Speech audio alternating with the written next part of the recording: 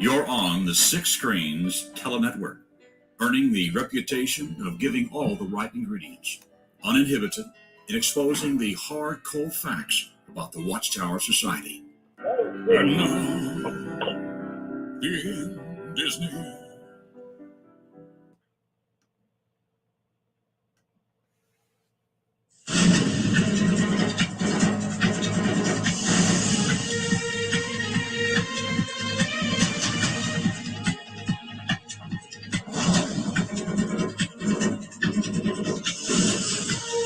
Well, here we go again. Here it is, May 28th, 2022, and we are counting down the last days of the Watchtower.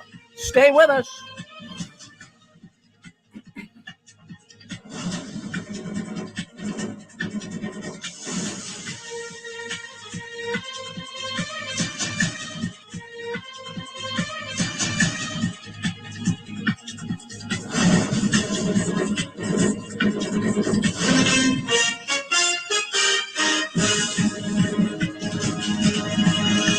Well, welcome into the Six Screens Telenetwork news program, JW World News.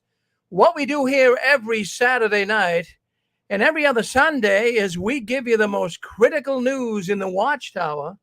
We've been doing it for 16 years, and we're not even going to be able to cover all the stories tonight, friends. We got so much to cover. But I have to tell you something. There's more and more people leaving the Watchtower. More and more people are finding out what's going on behind the curtains. Well, welcome into the apostate capital of the world. My name is Rick Ferrin. I'm up here in Boston, Massachusetts, and I have to tell you, happy Memorial Day. You know, that's something you never heard. You never heard that as one of Jehovah's Witnesses, did you? And all the great music and all the great patriotic songs, we couldn't sing them. We couldn't listen to them.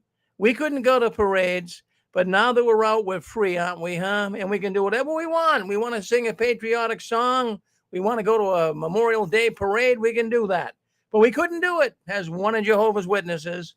So I'm just wishing everyone a happy Memorial Day. And don't forget what it was all about either.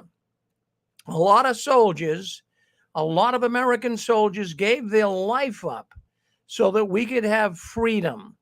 And the Watchtower doesn't even appreciate that. Really, they don't. They get freedom of religion here. They don't operate in Iran. They don't operate in China. They don't operate in Cuba. Why? Because there's no freedom there. So they should be the first ones standing up. They should be the first ones standing up and singing a patriotic song. Well, I'll tell you what, we got a lot to talk about tonight, but we'll get right into it. But I just wanted to start off. Here it is Saturday.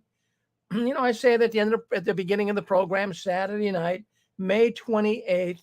Do you remember when you were a kid and you're laying in bed, if you were a Jehovah's Witness little kid, and you're laying in bed on a Saturday morning, and sure enough, your door opens, it's your mother. It's about 10 past 7, 7:15. Come on, Sonny boy. Come on, Joey. It's time to get ready for service. Do you remember that? I can remember that. I was just a little kid, and I'd go out. I mean, isn't that something? Get up. Let's get moving. Service day. Come on. If you don't get up, we're going to be late. So that's what goes on in the world of Jehovah's Witnesses. And there's many listening to this program tonight that they can bring that story right into their way of doing business. If you grew up as one of Jehovah's Witnesses, you know what Saturday was. It was a terrible day. And, you know, even if it was hot, even if it was cold, they would still go out. It could be the baking sun. It could be very, very hot. It could be 100. But our mothers would, still bring us out and want to bring us door to door. And, you know, little kids, they don't particularly care too much going door to door. I didn't mind it. I kind of liked it. When I got older, I didn't.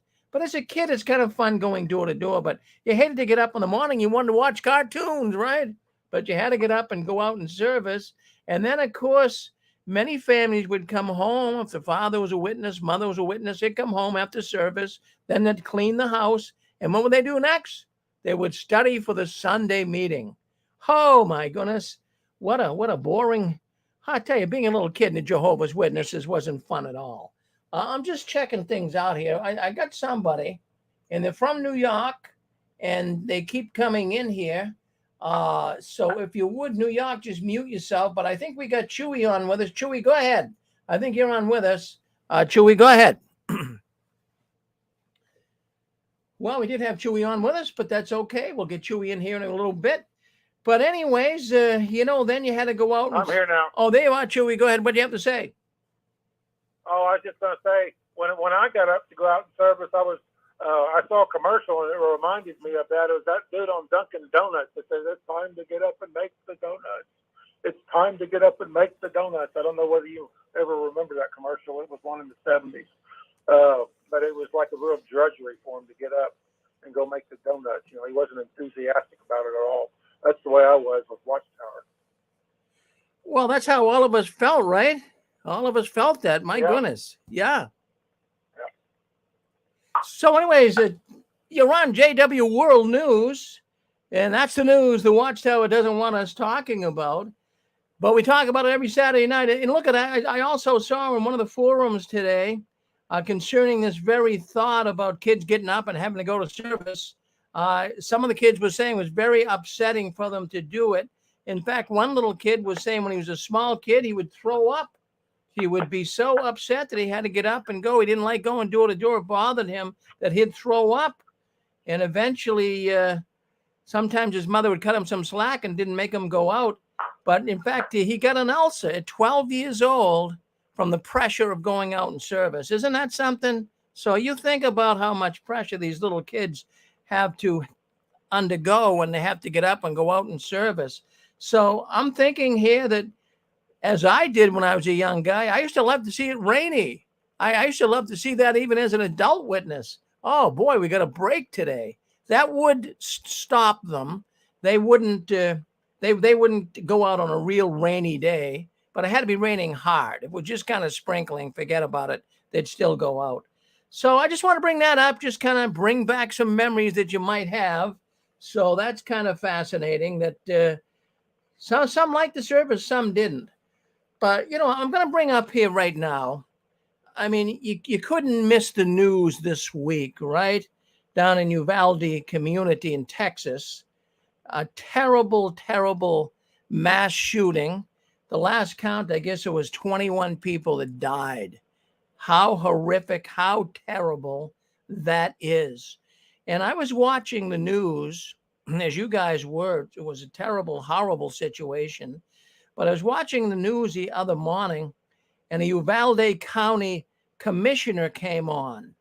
And he was sad. He was crying. He was upset. Let's face it, you would be. And he said that mental health counselors from the community, including clergy, were coming into Uvalde to be able to assist with grief counseling. So, he said that was a good thing. Even though everyone's sad and crying and upset, it's good to have people come in and help you and work with you and counsel you on how you can handle the tragedy. And that commissioner was saying there were at least 30 churches in the area that were offering their assistance. 30 churches that wanted to come forth, bring water, bring food to help the poor people, to listen to what they had to say and help them. They had trained counselors. I wonder if any of these churches in the Uvalde community, I'm wondering if there were any Kingdom Halls that were included. I mean, any congregations of Jehovah's Witnesses that would have been there in Uvalde helping out and working with the people that are sad. Well, I know what they had on their mind, and we'll get to that in a minute.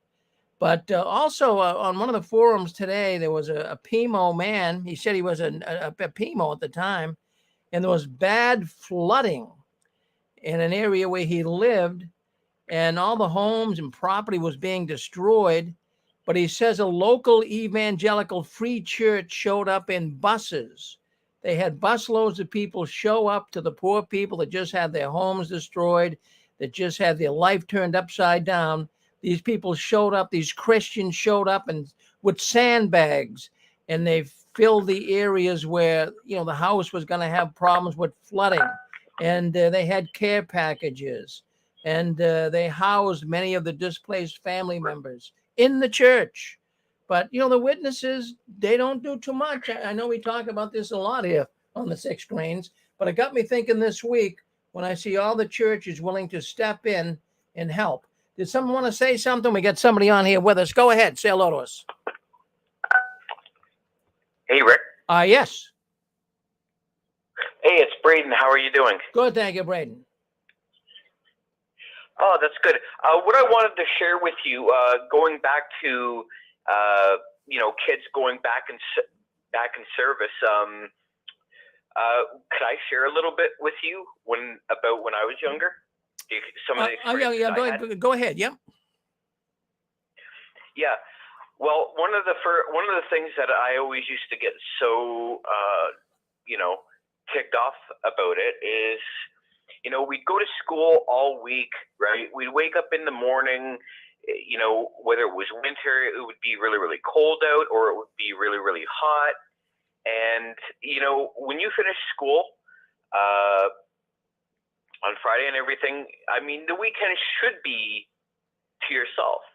And it's like, I remember me and my sister, we would be dead tired, but we would be forced to get up the next morning.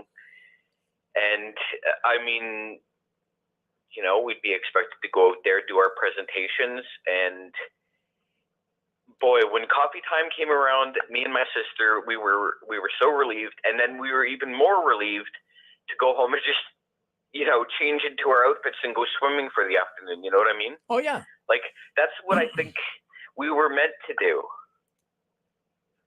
And I mean, we really couldn't get out of the meeting. But other than that, I think a couple of times me and my sister faked that we had colds or the flus, and our acting was good enough to pass. So there was a few times we got out of it, but yeah. Well, there you go. Well, that's your experience. Yeah. Well, there you go. I mean, obviously you felt it. I mean, kids, as a kid, you don't want to spend your whole Saturday and then some even on Sunday going out in service. You want to go swimming. You want to do things other kids are doing.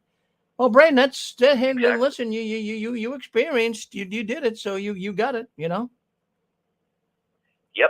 It was good. It's good hearing from you, Rick. And I'll be listening intently to the rest of your show.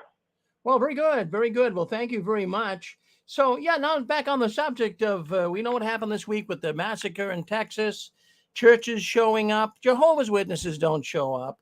I'm not making light of this whole thing either. I mean, it was a terrible, horrible thing down in Texas that happened. But, you know what happens? In fact, it was very discouraging today.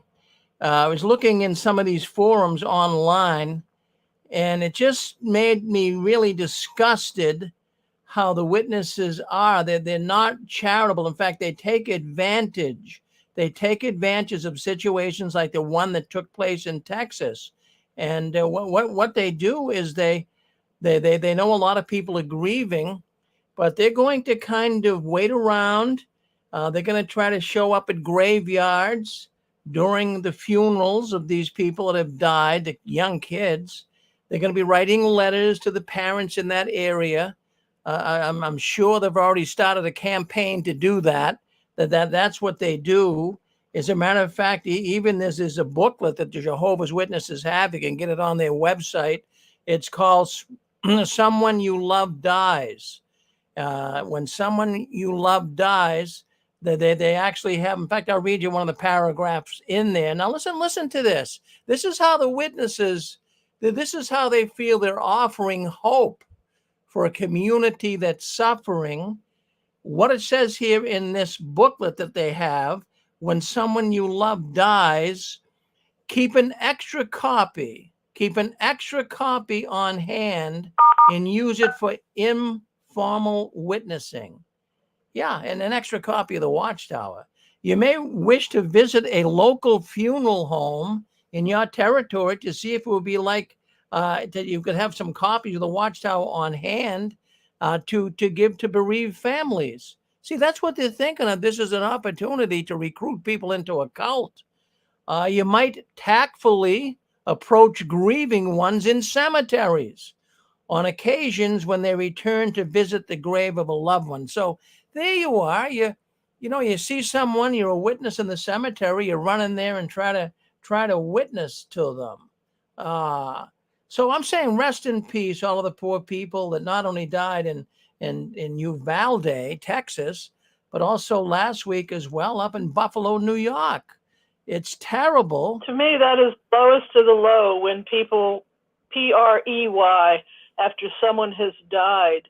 And in my family, way back in the Russell days, who would have been my grandmother died of Spanish flu at a young, beautiful age and left my dad as a 9-year-old orphan, and the witnesses came and preached to his grandmother.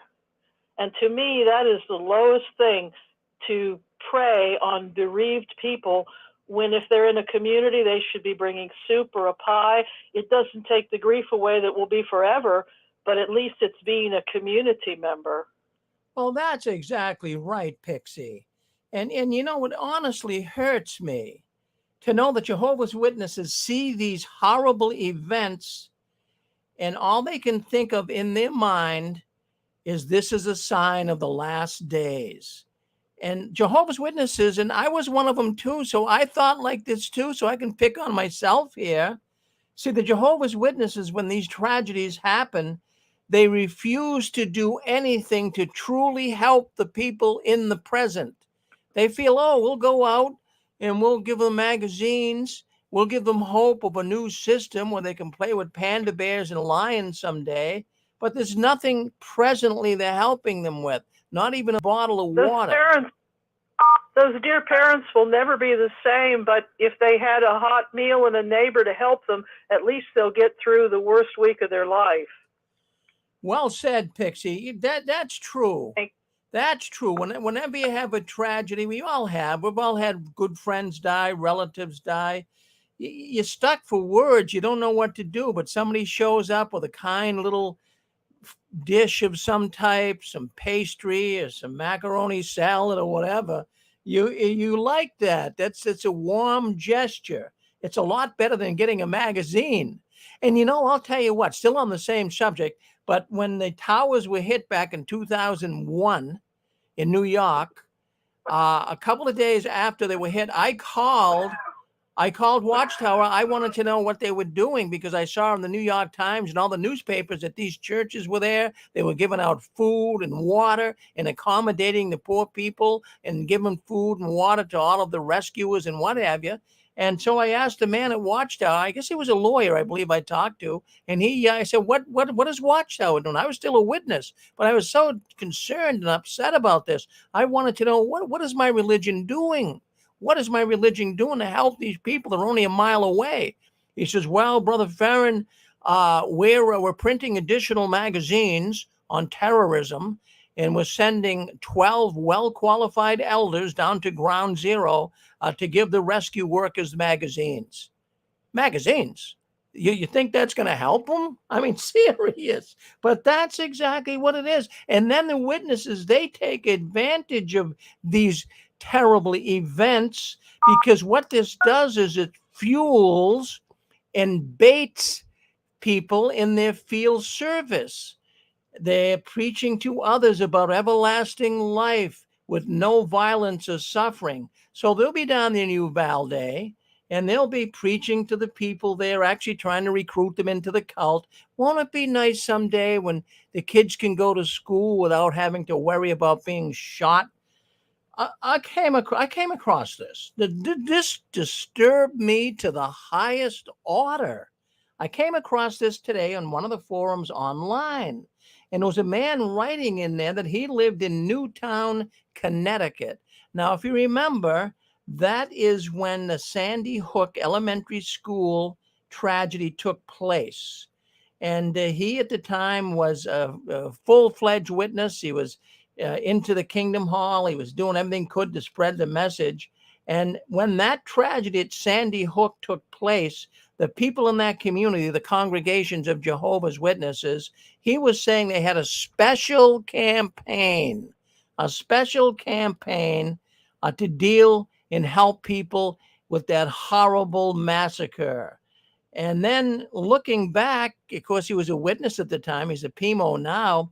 He felt so, as he's looking back on it, he says, I felt so disgusting and so dirty. But he says cognitive dissonance is a tricky thing. And it is. You see, that's when you have inconsistent thoughts coming into your mind at the same time. So even as a witness, you say, is this really right? Is this kind of right, having a special campaign with all of these children that died? At the same time, you're saying, well, Jehovah wants us to do it. So you can only really pick one thing. That's what cognitive dissonance does to you. You got a few conflicting thoughts, but you run with the one and you can only do one thing at a time. So you feel so bad about that. You feel so dirty today. And it's so unfair that people who are grieving and they're scared to get drawn into this cult, they get drawn into it. They're at a very vulnerable state in their life. They're sad, they're hurting. Someone comes up and says, hey, look, things can be better. And they give them the promise of salvation, and they're going to try to change their entire life. Isn't that something, huh? It's so fascinating to me when I see the other side of the witnesses. Well, when you're in here, you don't see the other side. They live in a parallel world. It's a world of their own. But it's sad that the Watchtower causes such a level of damage in people's lives, and they all do it with an ignorant smile on their faces. So they're going to be walking around Buffalo, New York. They're going to be walking around Uvalde, Texas. The witnesses are going to have a smile on their face. They're going to be trying to reach people grieving, and they're going to try to give them a hope of living forever on paradise earth. Isn't that something? Boy, I'll tell you what, it's disgusting, isn't it? What do you think? Did you ever engage in Yeah, good evening, Mr. Ferris. Yes, sir, Mr. Ken, yes. Yeah, I think it's outrageous on that, but I want to backtrack a little bit here. I know we have a lot of veterans listening, and I want to wish these veterans a happy Memorial Day, and thank you for the service, from the bottom of my heart and so forth. I never had a chance to serve in the military because I'm disabled, for one thing, but I definitely would have if I could have. And my heart goes out to these servicemen and so forth because I get their stories of their experiences. They're all the way back to World War I, World War II, and the Vietnam War, Korean War, and they're heartbreaking. And so my heart goes out to you and everything like that.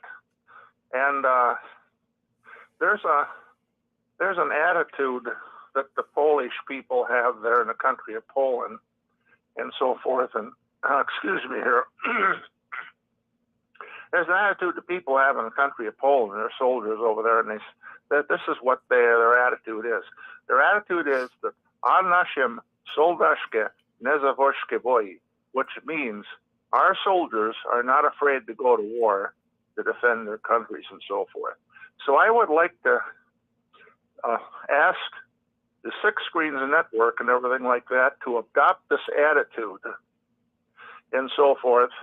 And we're going to confront these clowns in the Watchtower Society with this attitude, to show that, to show them that and everything like that, that we will not accept their insane ecclesiastical dictatorship, and we're not going to accept their,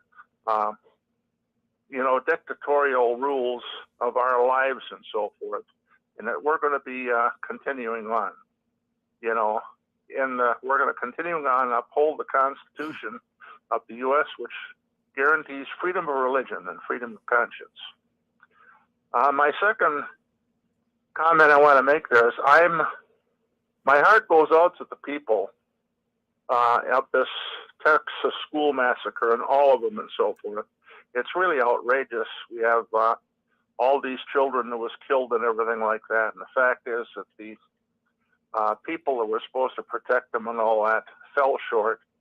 But we really need to get back to a militia, on militia and so forth, which will protect us against our foreign and domestic enemies, and it'll put an end to this kind of stuff and so forth.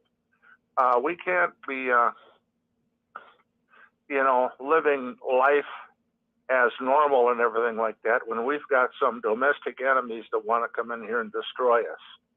But as long as we're going to have but right now around the country and so forth, there's more and more parents that's getting involved and more parents that's rising up. And it's kind of too late now for this Texas school situation. But we hope that they rise up and so forth and take back control.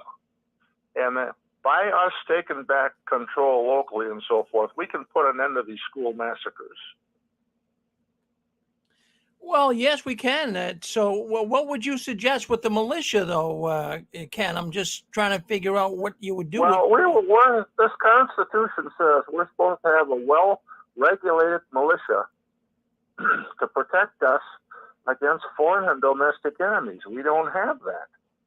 And now if we would have that and so forth, we would be a lot better off. Crime and violence wouldn't be so bad and so forth. And we wouldn't have these school massacres, and we wouldn't have these people being shot up, around the country. But instead, we've got these agents for the state, bodyguards and so forth, that just care about getting their salaries and everything like that, and everything and that's not in the Constitution. The person that's a constitutionalist will uphold what the Constitution says, and they will also uphold the principles of protecting the country against domestic enemies and domestic terrorists and everything like that. We don't have that right now, so we need to get back to a constitutional government and all that. And I mean, we got to stop the killing of these kids and all that. No more killing of these kids and so forth. It's going to have to stop right now. And I'm going to demand that it stops. I'm going to be the first one. I'm going to be one of them that's going to demand. I know I'm not going to be the first one, but I'm going to be one that's going to demand that we stop this killing of these kids right away, because what we hear right now is just the tip of the iceberg. There's so many of these crimes against humanity that we don't hear about and so forth, that they're too numerous to put on the news all over the country. So, yeah, we have to stop this violence, because if we don't stop this violence, this country is going to go down the tube.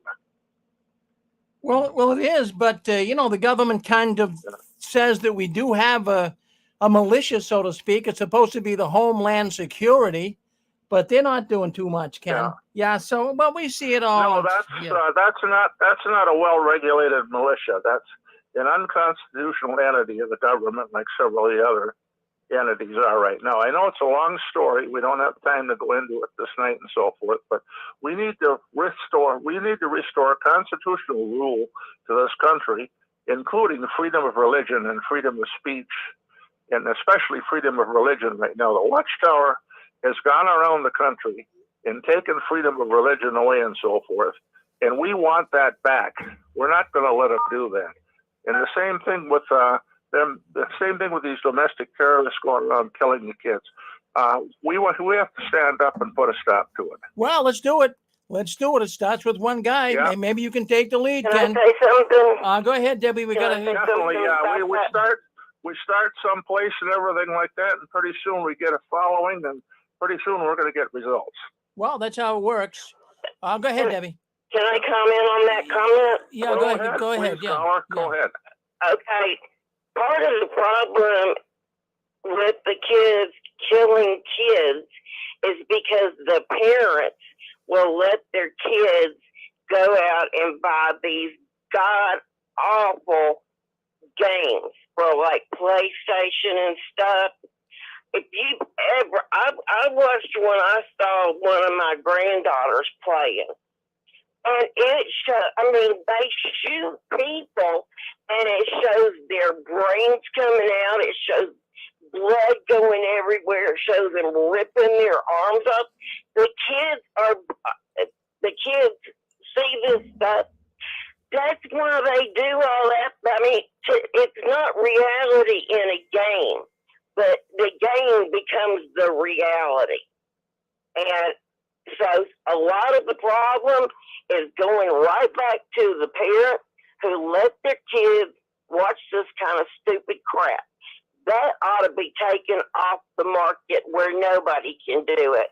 Whether it's, and I know I'm all for freedom of speech, but that kind of stuff doesn't belong in our society at all. And there's no reason. I mean, I think everybody should be able to have their own gun, but there's no reason for anybody to go out with an assault rifle. And they need to quit making those. If they're going to make those, keep them in the military, not in the public. And, but I mean, hunting guns, that's one thing, but these guns that just anybody can go and buy, and just mow down a whole bunch of people.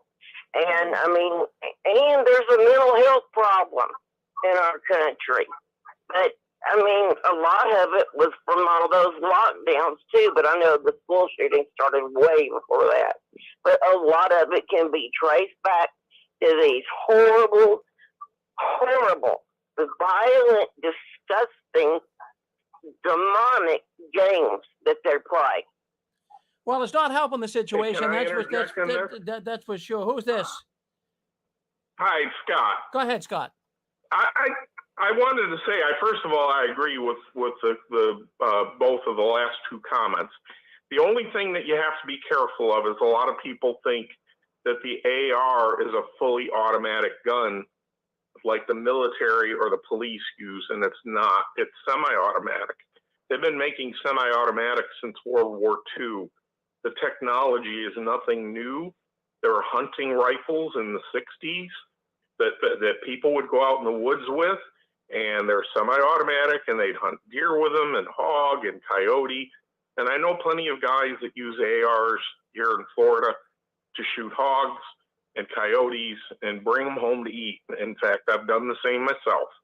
I own multiple ARs, and I shoot them recreationally. They're a lot of fun. They're easy for a woman to shoot. The recoil is low. There's nothing any more dangerous about an AR than other semi-automatic guns. It's not a fully automatic gun. But otherwise, I do agree that the video games are too violent. And I agree that, when you look at what happened here recently, there were a lot of contributing factors between that teacher leaving the back door open, the officer, the school officer who wasn't apparently present at the school, and then the amount of time that the sheriffs took to get into the room. But I think there were 19 policemen at that door of the classroom, and the one in charge wouldn't let them go in. Right. It's ridiculous. But I think a lot of people recognize that there are mental health issues, and there's not very much mental health support in the country. I've known a family member that tried to get mental support services, and they basically turned her away and said, "Well, no, you're not that bad. You're not going to kill yourself. So we're turning you out." And they gave her a bus pass and sent her halfway home. I mean, so there's some states don't provide a lot of money for this, and the federal government doesn't either, to help people who have problems. Otherwise, I do agree with you. I do agree with your comment, and I'll stop right now. I think Debbie was on the right track with that Call of Duty type of game.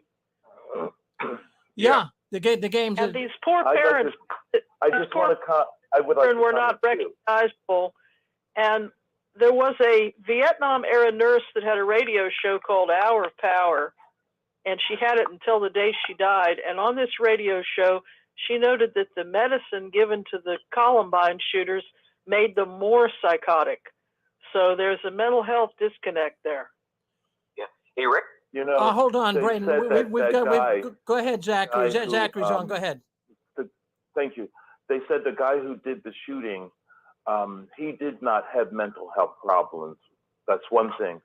And the other thing is, I often hear Second Amendment with regard to, you know, when people talk about guns, Second Amendment rights, Second Amendment rights. And I just heard someone quoting part of the Second Amendment, the part we never hear. But the Second Amendment, what it says is, I hope I get it right, a well-regulated militia being necessary to the security of a free state, comma, the right of the people to keep and bear arms shall not be infringed. So that's the Second Amendment. And the part that's often left off is that part that says a well-regulated militia being necessary to the security of a free state. So I think that it suggests well-regulated, being well-regulated when it comes to arms.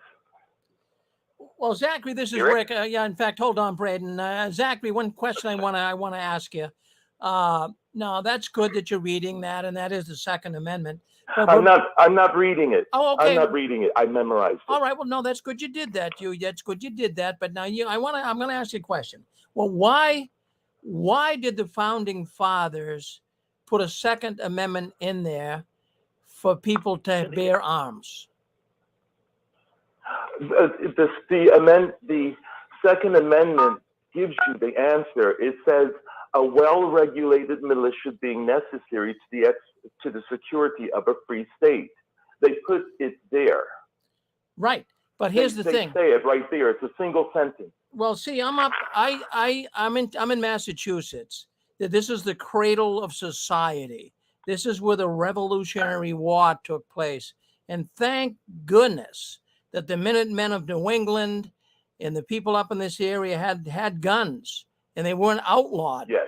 Because that's why we have America today. And the founding fathers were smart enough to put that in the Constitution so that, you know, if ever we have a tyrannical government that goes out of control and starts doing things to the American populace that's not right, there will be people that will come up and they have the right to do that. So that's why they have guns. There you go. I agree with that. But my point was simply to state the Second Amendment the way it is written. And I agree with you. And I don't think the founding fathers had the idea that 18-year-olds could go buying AR-15s or whatever they are. I don't know anything about guns. But I don't think the founding fathers had the idea that people could just go and use these types of guns, military-grade weapons, like toys. I don't think that was their idea, and they probably do need some kind of regulation. They need to take stronger steps to stop this kind of thing from happening, because a free state isn't a free state when you've got people who can walk around shooting people willy-nilly. Let me make a comment. This is Scott again. I've heard people use that particular argument that maybe that the founding fathers didn't expect these kinds of guns to exist. But we could also look at the First Amendment and say our founding fathers didn't think the internet would exist, and social media and all the various platforms that now exist that allow the spread of disinformation or bad information or lies or whatever the case might be. They probably didn't anticipate that either. Now, I can tell you as a gun owner, when you purchase a gun, at least in the state of Florida, you have to go in, fill out a yellow form. They call the Florida Department of Law Enforcement. They run the information, and it comes back and approves or disapproves whether I'm allowed to purchase that firearm. I fill out the paperwork. I take the gun, and depending on your situation, if you have a carry permit, which I do, I can leave with that gun immediately because I went through background check and I've had my fingerprints done and I've been fully investigated. Or if not, then you have like a 3-day wait, because that's what our county requires. So the gun would have to stay with the dealer for 3 days, and then 3 days later you can come back and get it. And most states allow an 18-year-old to buy a rifle, just not handgun.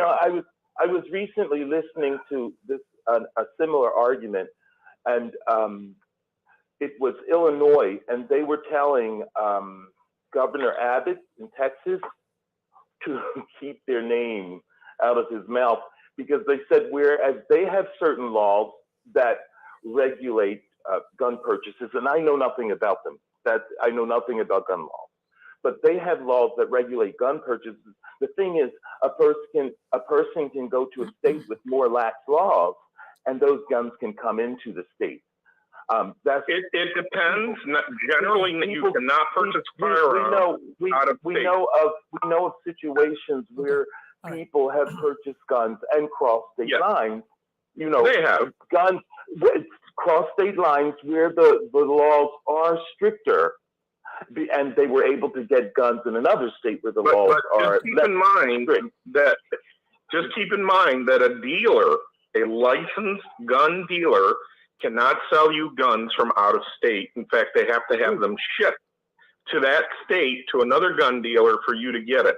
If you go out of state, get a gun, and bring it back, you've automatically violated the law. You're already breaking the law. All right, we're gonna get away from this. We're getting too much into the weeds here. Let's listen. Wait, let me finish. One more statement. We're getting into the. Go ahead. The law. The person who is the mass shooter, they're breaking the law when they do what they do anyway.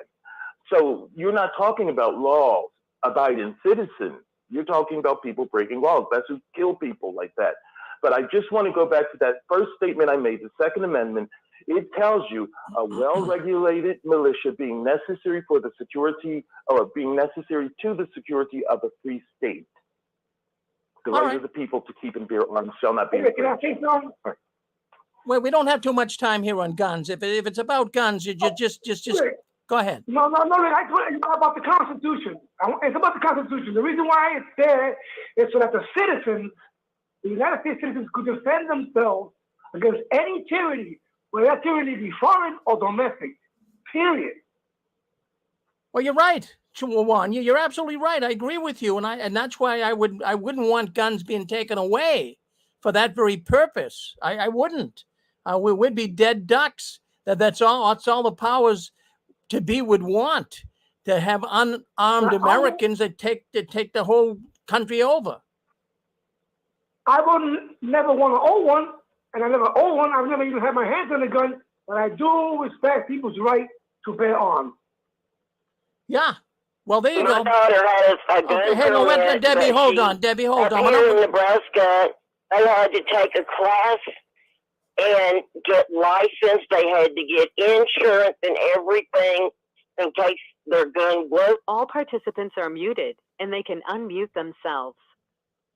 Okay, friends, we're gonna stop this here. I mean, we're not getting into a big gun debate here on the 6 screens. This is not the way to do it. What we do here is we talk about things that are going on in the world of Jehovah's Witnesses. So I've got everyone muted. There's got to be rules here. We can go all over the map with this, but we're not going to settle it here tonight. This is an issue that's been going on for a long time. So, all right. So let's get on with it. Whatever happens with guns happens, but I just hope they don't take guns away from everybody. That's all I hope. All right, well, let's go with this. We've got a lot to discuss here tonight. That's why I have to end it. We just can't take one subject and stay on it all night. This isn't Fox News or anything else. This is a niche network. We deal with Jehovah's Witnesses. Okay, so did you hear what happened to the Baptist Church this week? Years of sex abuse allegations, very much like in the Watchtower, were being covered up, and now they're being exposed. And the Southern Baptists have a different way of doing this and conducting business different than what the Jehovah's Witnesses do. At least the Southern Baptists are recognizing there's a problem. And even on the Southern Baptist website, if you get on that right now, you can check it out. There's a list of over 200 sex offenders in the Southern Baptist Church. Why doesn't the Watchtower do that? I don't know. I really, really don't know. I'm going to play you a little clip This is the biggest story going on. It's all over the forums. Witnesses are talking about it. But let me play the clip from NBC News. You'll hear it, or you'll see it if you're on Facebook, but you'll hear it on our other networks. So let me share it right now. And let's see if we can't get this up and running. Let me just do this. Okay, let's play the clip. Reckoning Hannah Kate Williams wanted when she and others asked the Southern Baptist Convention for a third-party investigation of sexual abuse. Do you feel vindicated by the report? In a lot of ways, yes. She is suing the SBC for failing to take action against her father, who she says sexually abused her starting at age 8 as he studied to become a pastor. I was met with, well, you're an enemy of God. It was threats, harassments. I had to move from my home. The lengthy report details how survivors like Williams encountered resistance, stonewalling, and even outright hostility from some in SBC leadership starting in 2000. One leader claiming it is a satanic scheme to completely distract us from evangelism. Yet investigators found one staffer compiled a secret list of accused abusers with hundreds of names. What does this do to the reputation of Southern Baptists? You know, for a group that talks a lot about sexual morality, talks a lot about men protecting women and children, I think that this is obviously a very bad look, and it is clear hypocrisy. SBC President Ed Litton says Southern Baptists must resolve to change our culture and implement desperately needed reforms. The report recommends creating and maintaining an offender information system, providing a resource toolbox with protocols and training, and making a sincere apology to survivors. Healing won't come easy. Popular evangelist Beth Moore, who left the SBC last year, today tweeting, "You have betrayed your women. It's too late to make it right with me. It's not too late to make it right with them." Ann Thompson, NBC News. In Uvalde's town square, you'll find crosses and flowers. Okay, get rid of that. Let's go back. Anyways, we're back here now. So there it is. That's the Southern Baptist Church. You just heard it on NBC this week. They had problems too with pedophilia, but at least now it just took them a few days. They're clearing it up. They feel bad about it. They're acknowledging it. They're apologizing to the victims. They also put up on their website, as I said earlier, they put up the names of those who are abusing children in the church so people know who they are. What in goodness name's sake is wrong with the Jehovah's Witness organization? Why are they not responding? This would be an excellent time for them to do it, to be able to come out right now and says, look it, we do have a problem. We see that other religions have it as well. And they could make a statement and they could get themselves out of all of this mud that they've been in. What are they gaining by fighting the fact that they don't have pedophiles or they're not addressing the pedophile issue? I think most people understand that when you have any type of an organization that has situations where an adult is trusted with children, the sad thing is there's going to be abuse of some type. The Watchtower could make a statement like that. They don't do it. Jehovah's Witnesses just say, look, we have had some really bad guys. They could say we've had some really bad guys, and they have taken refuge in our organization. And while we weren't able to handle it at our best, we are now exposing them and bringing them to justice. Why can't the witnesses say that? Why can't they say that? They would likely get applauded for their honesty and for their transparency. So I cannot understand why an organization, the Watchtower, is so bent on maintaining good PR. It thinks that that's the best way to handle this is by continuing to keep it hushed up, even though all the public is gaining knowledge of it. My only feelings, and you probably feel the same way I do, I feel that perhaps they're hiding something worse. That's what I feel. I feel the witnesses, because they've been dragging their feet, not wanting to admit it. I think there's something bigger going on here. I really, really do. I believe that perhaps there's some governing body members that are involved. See, this is what your mind does when you don't get the truth, right? This is what your mind does when you don't get the truth. You get all types of conspiracy thoughts. You don't know what direction to head into. But I believe the Watchtower is hiding it because there's something worse in that organization. It's just not the molestation of little children. And it's just not who's doing it. It's probably the big guys at the top. And you know what's really interesting? What some of the witnesses are even saying right now? Many Jehovah's Witnesses, they're finding out about this. What, does the Watchtower think people are stupid? I think they do.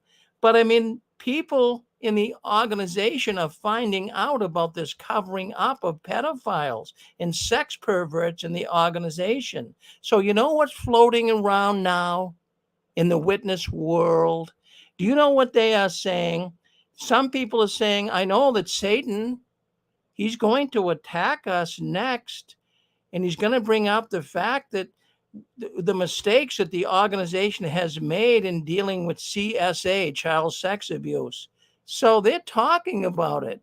And now they're even spinning it to the point that this is Satan's next trick, is to really pin the Watchtower in the corner. But don't worry, it's Satan doing this. The organization's really good, but it's only Satan that's causing the problems. Really, when you think about it. But what is good, though, is the Watchtower's wallet. That is their money, is now being threatened. When their charitable status is threatened, that is exactly what's happening in Norway. And we know a number of other countries, Sweden, Belgium, France, they're questioning the witnesses. A number of these countries are beginning to question the witnesses. And they're beginning to say, hey, look, if you're going to stay in our country, you got to prove yourself that you're helping people, not hurting people. So it's going to be very explosive when it's finally revealed. And I believe the Watchtower is going to have to do it soon. Just like the Southern Baptists, they're going to have to do it. They're either going to have to come out and voluntarily do it, or the world is going to really catch up on the Jehovah's Witnesses. All right, you're on with us. We're glad you're with us. I do see there's some callers coming in. If you'd like to speak up, go ahead and hit *6. If not, I might have to. Hey, Rick. Yes, go ahead. Hey, it's Chad. And I just thought I'd let you know, like, I had some Jehovah's Witnesses attacking me because I was in the Southern Baptist Convention. I quit it 3 years ago. And it was real interesting because of this whole CSA thing going on there. They were throwing it up at me like, look, we're not the only ones doing it. You guys, you in Christendom do it too. And I started laughing, and I had a field day with it because I had to explain to them how the Southern Baptist Church is organized and how they're handling it compared to the Jehovah's Witnesses. And I pointed out what you said about the list being up on the SEC website. And I also pointed out that next month, in June, the Southern Baptist Convention is holding their annual meeting. And in that annual meeting, they're going to be voting on all kinds of new stuff. And they will be having stuff brought forth to vote on from local churches. So next month, you're going to see a big change in the Southern Baptist Convention because of this scandal breaking. There's going to be people voted out of office, which is something that can't happen with the Jehovah's Witnesses. They can't vote out the governing body, but they're going to do that in the Southern Baptist Convention if it's not taken care of very quickly. Well, very good. Very good comment. Thank you, Chad. Very, very good comment. Yep. Appreciate it. Good. Thank you for filling us in. So you're on 6 screens, JW World News. I just want to make a comment too. I just want to let people know that I did get an email here from Veronica. We all know her. She had a program on here. She's known as Smurf Girl on YouTube. And Veronica did have a program here on the 6 screens called Watchtower After Dark a few years ago. But as we know, her family members were Jehovah's Witnesses, and there was 3 of them that were murdered in the last, I believe, the last 6 months or last year. I'm not sure when it was, but I do remember talking about it here on the news. So she says she has some very revealing information that she wants to share with us tonight. So she'll be coming on very shortly and share that with us. I mean, we have a lot of things happening here tonight. We also have coming on at 8:30. We have a man, his name is Nathan Natus. You all know him from JW Discussion Board, JWN Discussion Board, and he'll be coming on. He's going to be talking to us about his life and what he's been doing since he left the Watchtower and how he's trying to help expose the Jehovah's Witnesses for the evil. So he'll be coming on at 8:30. Would someone else like to speak up and talk? All you have to do is hit *6. I know we were going to. Hello, Rick. Yes, Kurt, go ahead. Yes. Yeah, thank you for taking my call. I think with the witnesses giving out a list of pedophiles, I think it's a matter of pride in them not doing so. And they preach that they're in a spiritual paradise. And also the idea that it might bring more attention, and it most certainly would bring more attention to the problem, and they might have to try to explain the 2-witness rule, which is very difficult to do. It's a very fundamental view of that Bible principle. So I don't think I think pride is the key. They just don't want to give any impression that they're nothing but Jehovah's organization. And it's sad because all of this pedophile stuff from the beginning should have been handled in a much better way. But anyway, thanks for taking my call, and I'm enjoying your program. Thank you, Kurt. Thank you very much. Well, we've got a lot of people coming in tonight, so we're glad to hear from people. So we've got some other callers as well. So who do we have on there? I see a lot of people in the green zone. So go ahead, speak up. Tell us who you are. Hit *6. Hello, Rick. Can you hear me, Rick? Hold on 1 second. We're going to go with who's this calling in? Sir, what was your name? This is Igal German calling. Yes, Igal. Hi, friends. Hello, my name is Igal. I'm calling you from Chicago. I'm a Messianic Jewish believer, and the Lord rescued me from the Watchtower cult back in Israel. So you were Jehovah's Witness in Israel? That's right. Wow. Well, what's it like over there being a Jehovah's Witness in Israel? Yeah, it was a very unique experience. I grew up in a Jewish traditional home. But along with my parents, we searched for God, and we had kind of many questions that the synagogue couldn't answer us. And at that time, it was at the end of around 1996, 1997. Actually, 2 men knocked on our door, 2 Jewish, nice-looking men, and said, "Wow, do we have a Bible for you?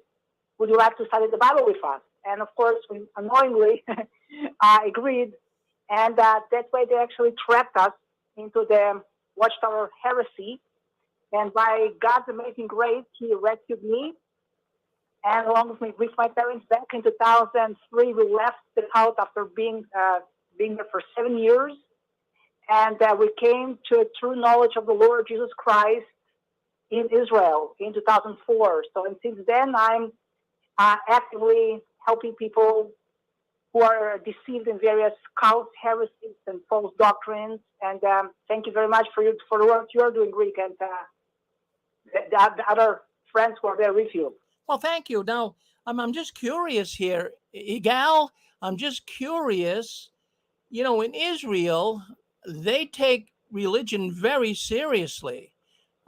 Even Jehovah's Witnesses, from what I have heard, they really want to follow the book to the nth degree. So when it comes to disfellowshipping, I suppose you were disfellowshipped, right? Exactly, right. So right. what I mean, were the elders, they have committees, I'm sure they do it pretty much like in Israel, like they do here, but was the committee, were they kind of a little more difficult to deal with, would you say, than maybe here in America? What did they say to you? Oh yeah. It was a very long journey, spending 7 years, and basically when I was still there, I was a teenager back then. The Lord, the Holy Spirit was already speaking to my heart and revealing, their falsehoods and their heresies and their distortion of the biblical truth. And while I was still there, I had one time when I publicly was giving a talk at the local Kingdom Hall in Israel. And I was just telling them that the Holy Spirit is God. It's not some kind of personal force the way that you teach. And their response was very aggressive, even to that one biblical truth that exposed their spiritual darkness.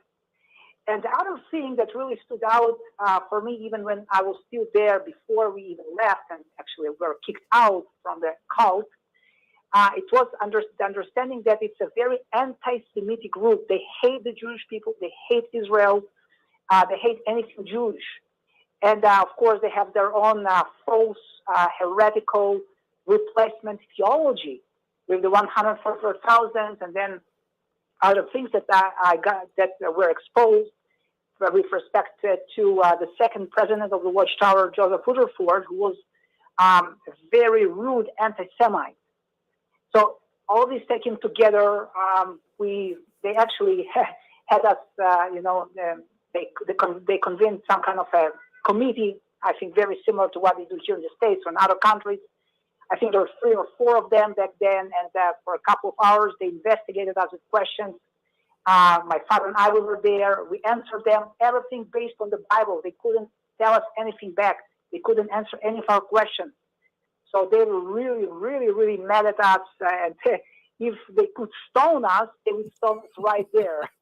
So the level of hatred was very high. And then, of course, we left, and they just kicked us out of the fellowship. We were considered by them to be apostates.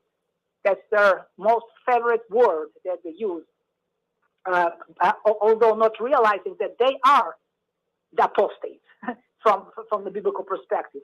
Well, there they you go. Are the deceivers. Well, no doubt that's exactly what I thought. I thought these guys were just brutal, and they didn't treat you right. Now, I know you did text me this week, and you said that you now have a doctorate degree in theology, and you also now are teaching some classes at Moody Bible School in Chicago. That's quite an achievement, Igal, coming out of the witnesses and going that far. Yes. Yes, it's all by God's amazing grace. So yeah, as soon as we left the cult, the Lord led me and my family to a local Messianic assembly, a Brethren assembly in Israel, where we were preached the gospel, where we accepted the Lord. We got baptized. So I came to faith actually in 2004, got baptized in 2005. And then I just, and I had a very strong passion for solid biblical education. So I pursued my bachelor's and master's in Israel in biblical studies at Haifa University with distinction. And then the Lord opened the door for me to do a doctorate in theological studies in Canada. So, and by God's grace, I got everything done. I live here in Chicago since 2015, and I teach at Moody Bible Institute. I've been teaching in some other schools as well, and also I'm active in the area of apologetics. So the Lord blessed me to launch 2 ministries.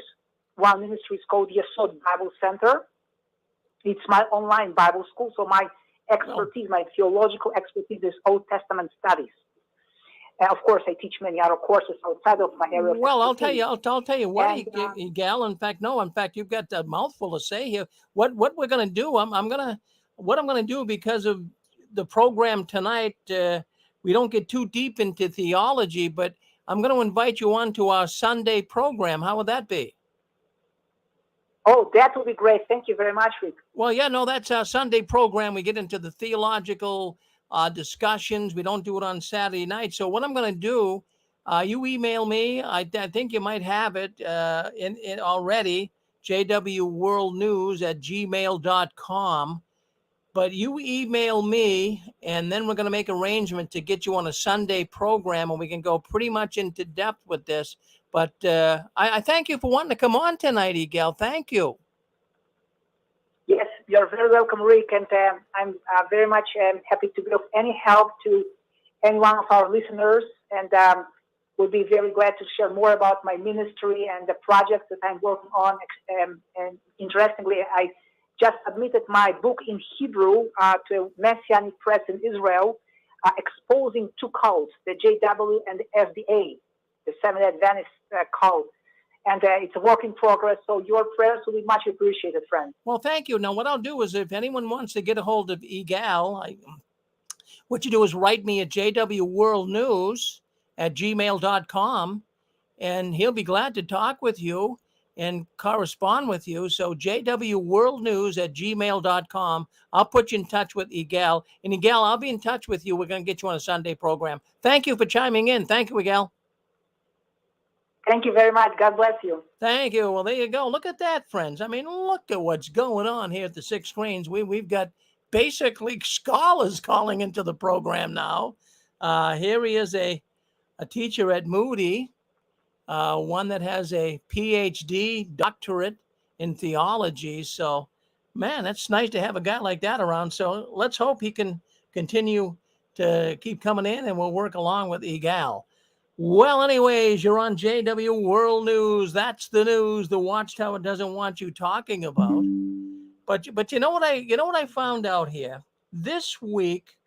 Well, actually, in the last couple of weeks, did you know there's some construction going on at the Charles Taze Russell Cemetery? Well, there's this burial ground where he was buried. Remember, they took the monument down, the big pyramid they took down. But now there's some construction going on, and the Watchtower is doing something as a foundation. I don't think they're going to put a new pyramid up there. Maybe they're going to do a mini of, I was just thinking, something would be funny. Mount Rushmore with the president's heads, maybe they're going to put a monument up there with some of the governing body's heads on it. I mean, I was just thinking, because it's just pretty big foundation, but nobody knows what they're going to be doing. So only time will tell. But I know we reported here on the Six Screens about 6-8 months ago that, the Watchtower claimed it was vandalized, so they had to take it down. But they're doing something. We'll see what happens.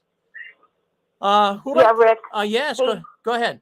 How you doing? Good. Oh, this is me, Vanessa. Oh, it's Murphy. Vanessa. It's Vanessa. Well, listen, Vanessa, let's do it.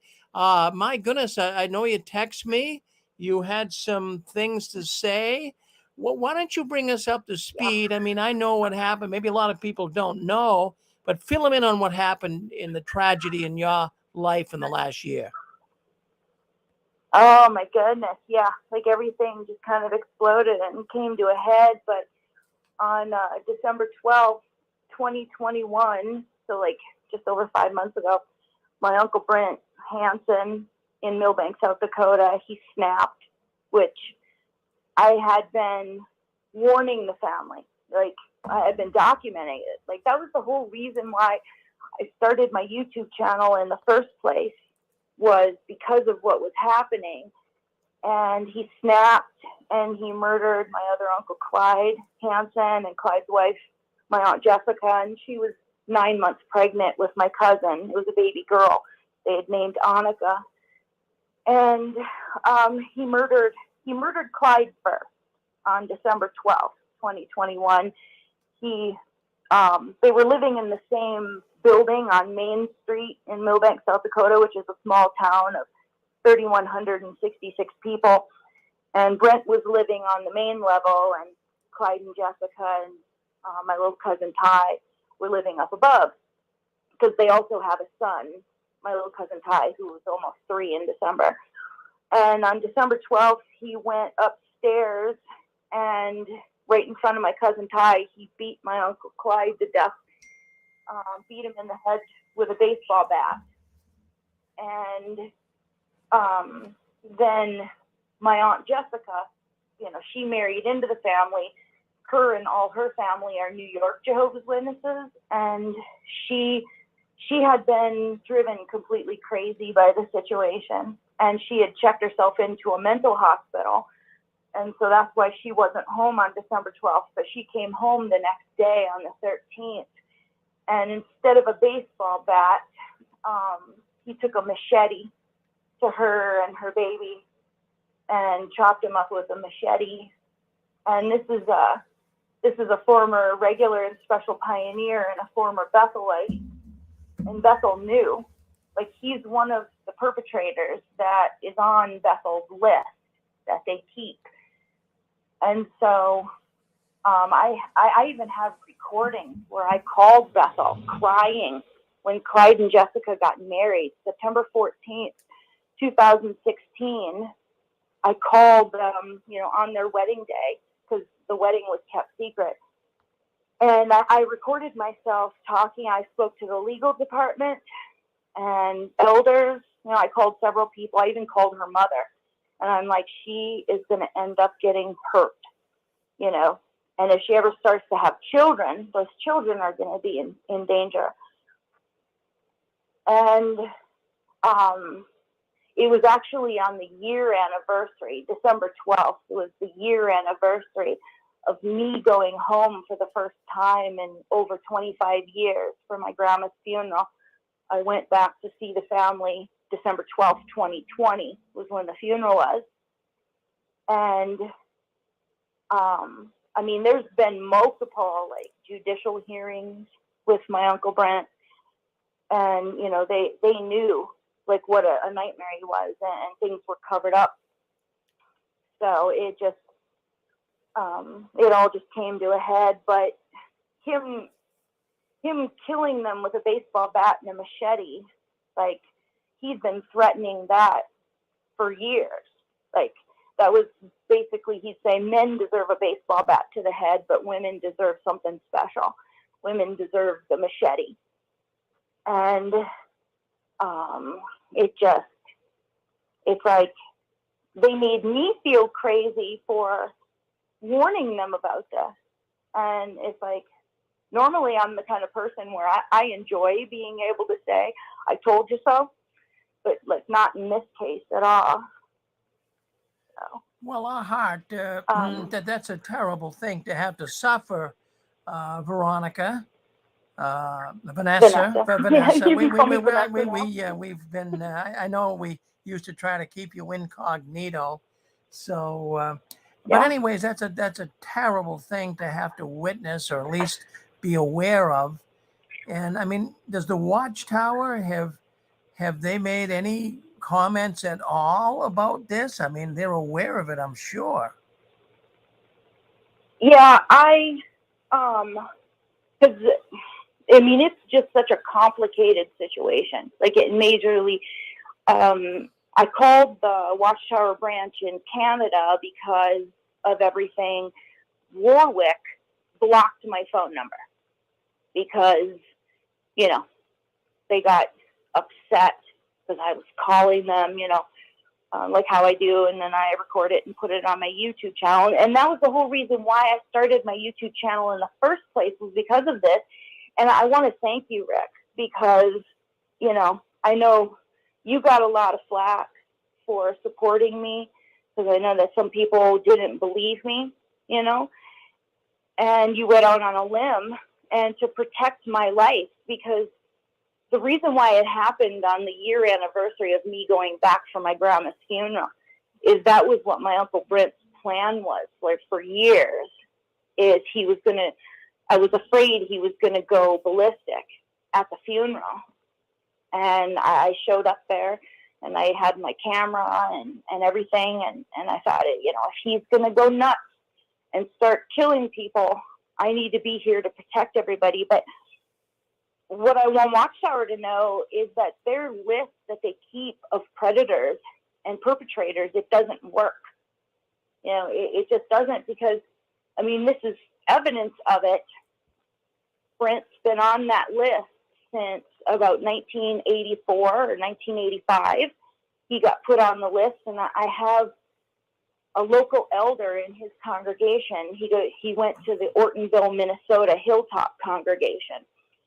And Rob Wilcox is the elder that I called and spoke to. And he texted me, like, I spoke to him and he discounted me. And he's like, telling me I'm crazy and, why am I getting, into their business and whatnot.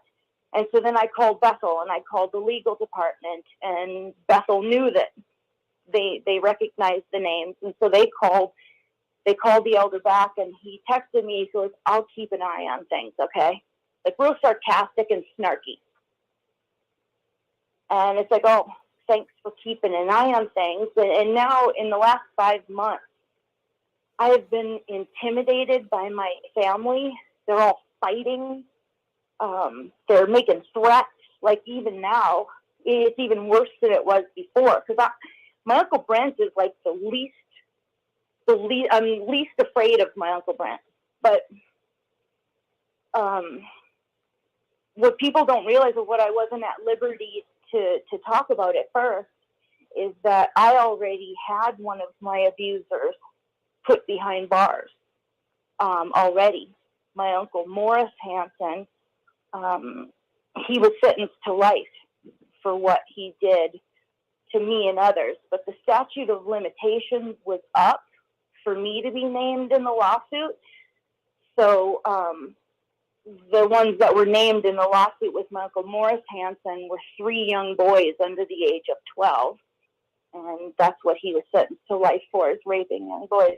And he was raised a Jehovah's Witness, and it was kept secret for years and years and years. So I already had, one of my abusers put behind bars for life. And then another one of my uncles, he's an uncle through marriage. He married my dad's sister. My uncle Louis Busatil, Busutil, he's a New York Jehovah's Witness, him and his family. And he was sentenced, like, this is maybe 10 years ago. He was sentenced to like 20 to 26 years for targeting and having sex with underage girls and major child pornography. So I was able to get him behind bars, but he's now out, and he's at the Kingdom Hall. He's on the sex registry, and so they got divorced. So technically he's not my uncle anymore, but he abused his Jehovah's Witness children, and that hasn't gone to court yet or anything. And so now with my Uncle Brent, they're going to try and give him the death penalty, but he's confessed, but he says he's not guilty due to insanity. So his trial is going to be on August 11th of this year, so like less than 3 months away. He's going to try and claim insanity. And so I don't know if he's going to try and bring out that he was insane due to the Jehovah's Witness religion or what. So that's going to be extremely interesting. And then there's another brother from the same Kingdom Hall. This is a congregation of Jehovah's Witnesses of like 30 members. Like, it's a very small, the Ortonville, Minnesota congregation. And not only my 3 relatives are from that congregation, but there was another brother. He's now deceased from last I heard. His name is Pat Callahan. And he was a Jehovah's Witness, and then he was disfellowshipped a few times. And of course, my dad was the presiding overseer and elder that handled all of that. And then eventually he was working in a mental hospital, and he was abusing mental patients. And so he went to jail for a really long time. And now I guess he's passed away, but he's the ex-husband of the elder, Rob Wilcox, who said that he was going to keep an eye on things to make sure that my Aunt Jessica and their future children were going to be safe. He's married to Pat Callahan's ex-wife. So I'm like, well, that's a nightmare. Wow, my goodness. Involved with them. You have been really beaten up, Vanessa. My goodness. Yeah, boy, it's amazing you're still hanging in there. We love you. And Geez, we got a lot of people also that checking in here tonight on YouTube. And as you know, this is Smurf Girl. You're absolutely right. And my goodness, she is telling a story here tonight that is just, it's very hard to believe. And you have to put yourself in her shoes. This has been a terrible thing. And her whole life, Vanessa's life has been really not destroyed. She's still a nice young lady and doing the best she can, but her life has been made very difficult by this screwball religion. I mean, I don't mind saying it. Her life is really, she hosted a program on here. She knows of people in her family that own stock in the Watchtower. She speaks about Freemasonry, and all she gets when she comes on YouTube and when she comes on the program here, people are so eager to chastise her. But you get a lot of fans coming in here tonight. A lot of fans, yes. Yeah. So that's good. The vast majority, it just feels there's always going to be a handful of jerks. But, I would say that all the time. It's like, well, when I'm able to say and name names, the people that said mean things against me are going to feel really stupid, because it's like, I don't know of any other ex-Jehovah's Witness activist who has their abusers that got sentenced to life in prison. And I have 2. And then the other one, got over 20 years to have 3 separate abusers behind bars. And I knew I couldn't name their names because my Uncle Brent was still out there. And I showed a picture of this, it's out there, but I have the tip of my left pinky finger is missing because of my Uncle Brent and his stinking machete. You don't go against my Uncle Brent, but at this point, I have the names of 14 other victims. I know of more victims. I just don't know their names. But so I have the names of 14 others. But he had a trinket box that he would keep, and unfortunately, my trinket was the first trinket in that box. And in 1986, there were 53 trinkets in that box, and he was needing to get a bigger box. Like, he's like, yeah, just like in the movie Jaws, I'm going to need a bigger box. Wow. Boy, he must have been one bad person. One bad person. Now, you just mentioned something. You're more than likely in a club of your own with all these witnesses doing these things, going to prison. But boy, I tell you, that is just a lot to handle. Hey, do you mind if we bring some people in and talk with you? Yeah. So just hold on one second. I just want to say, Nathan Natus, you're out there. Don't you worry. We'll get you on here very, very shortly. But this was just kind of breaking news here in the Watchtower world, ex-witness world. So just hang in, Nathan. We'll get you on here very, very shortly. Well, we have Smurf Girl. Well, she's known as Vanessa. That's her real name. She used to go by Veronica, but now she's Vanessa. Who would like to say hello to Vanessa? Who would like to say hello to her? Go ahead. You're on with us now. I'd like Go ahead. sympathy for all the tragedy that she's been through, and she's very brave. I have a question for Smurf Girl.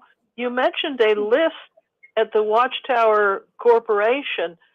What I hear you saying, that there's also a list of people with violent problems in addition to the list of people that harm children? Oh, yeah.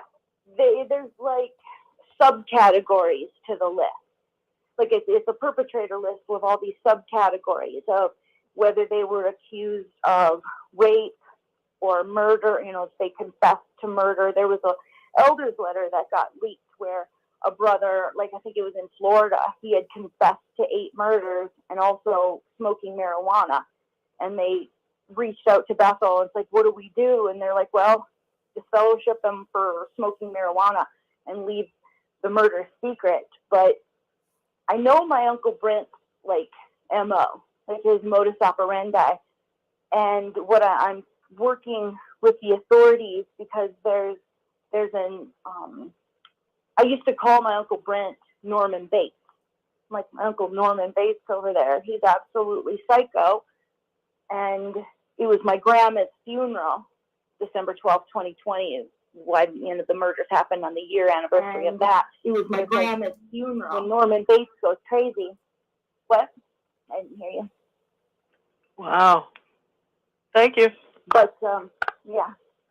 And I used to just openly say, because I knew the elders were keeping everything secret, whenever anybody would ask me about Brent, I would say, well, you do realize my uncle is a serial killer, right? Because the Hanson family, they're not only Jehovah's Witnesses in Millbank, South Dakota, and they go to the Ortonville, Minnesota, Kingdom Hall, just 10 minutes away, but they're a junkyard family. They own Hanson Salvage Yard in Millbank, South Dakota. And my grandpa Seaver Hanson used to say that, you can cover up a multitude of sins in a junkyard.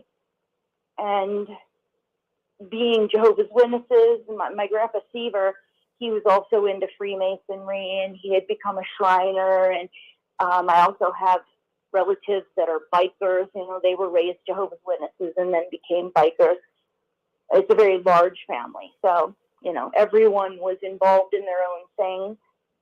That stemmed from being raised Jehovah's Witnesses. But my dad, even though he was second born, he was the leader of the family. He took over for Grandpa, and he dictated to everybody.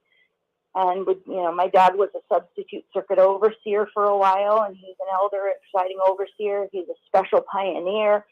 So was my mother. They were both special pioneers when I was born. And in fact, when my dad was trained to be a substitute circuit overseer, he was trained by Tony Morris and Stephen West. And so, when I bring forth a lawsuit, my dad's former special pioneer partner before he married my mother was Sidney Juergens, who is the creator and the one who runs the Bethel Bus Tours. It's called Juergens Bethel Bus Tours.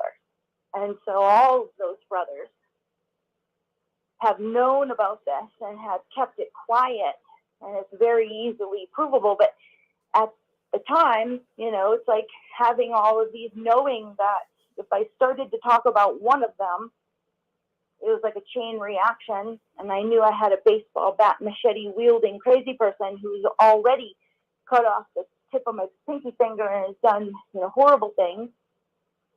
And there's a survivor that this is why it's so dangerous of why I haven't said anything in the last 5 months, is because my little cousin Ty, Jessica and Clyde's other child, he survived the triple homicide. He was made to witness it, and he was held prisoner in the house with Uncle Brent, because Brent's his uncle too, for 4 days.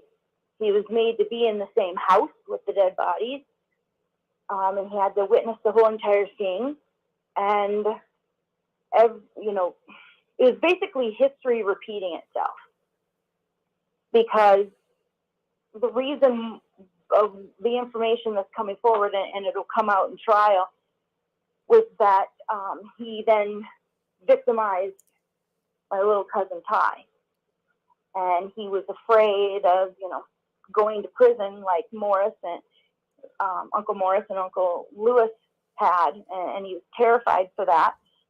And my Aunt Jessica was trying to get out, but the elders, specifically Rob Wilcock, the one who said, he promised me he was going to protect her, that he was going to watch over things. Him and his wife Kathy were convincing her to stay.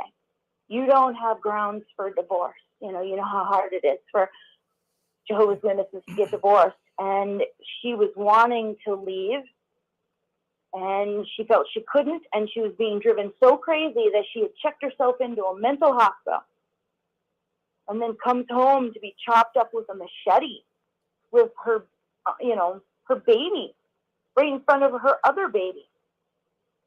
And it's like, oh, it's too much. It's just too much to handle, Vanessa. It's just too much on you, really. It's so sad. It's so sad. Mm-hmm. And these are supposed to be, God's people.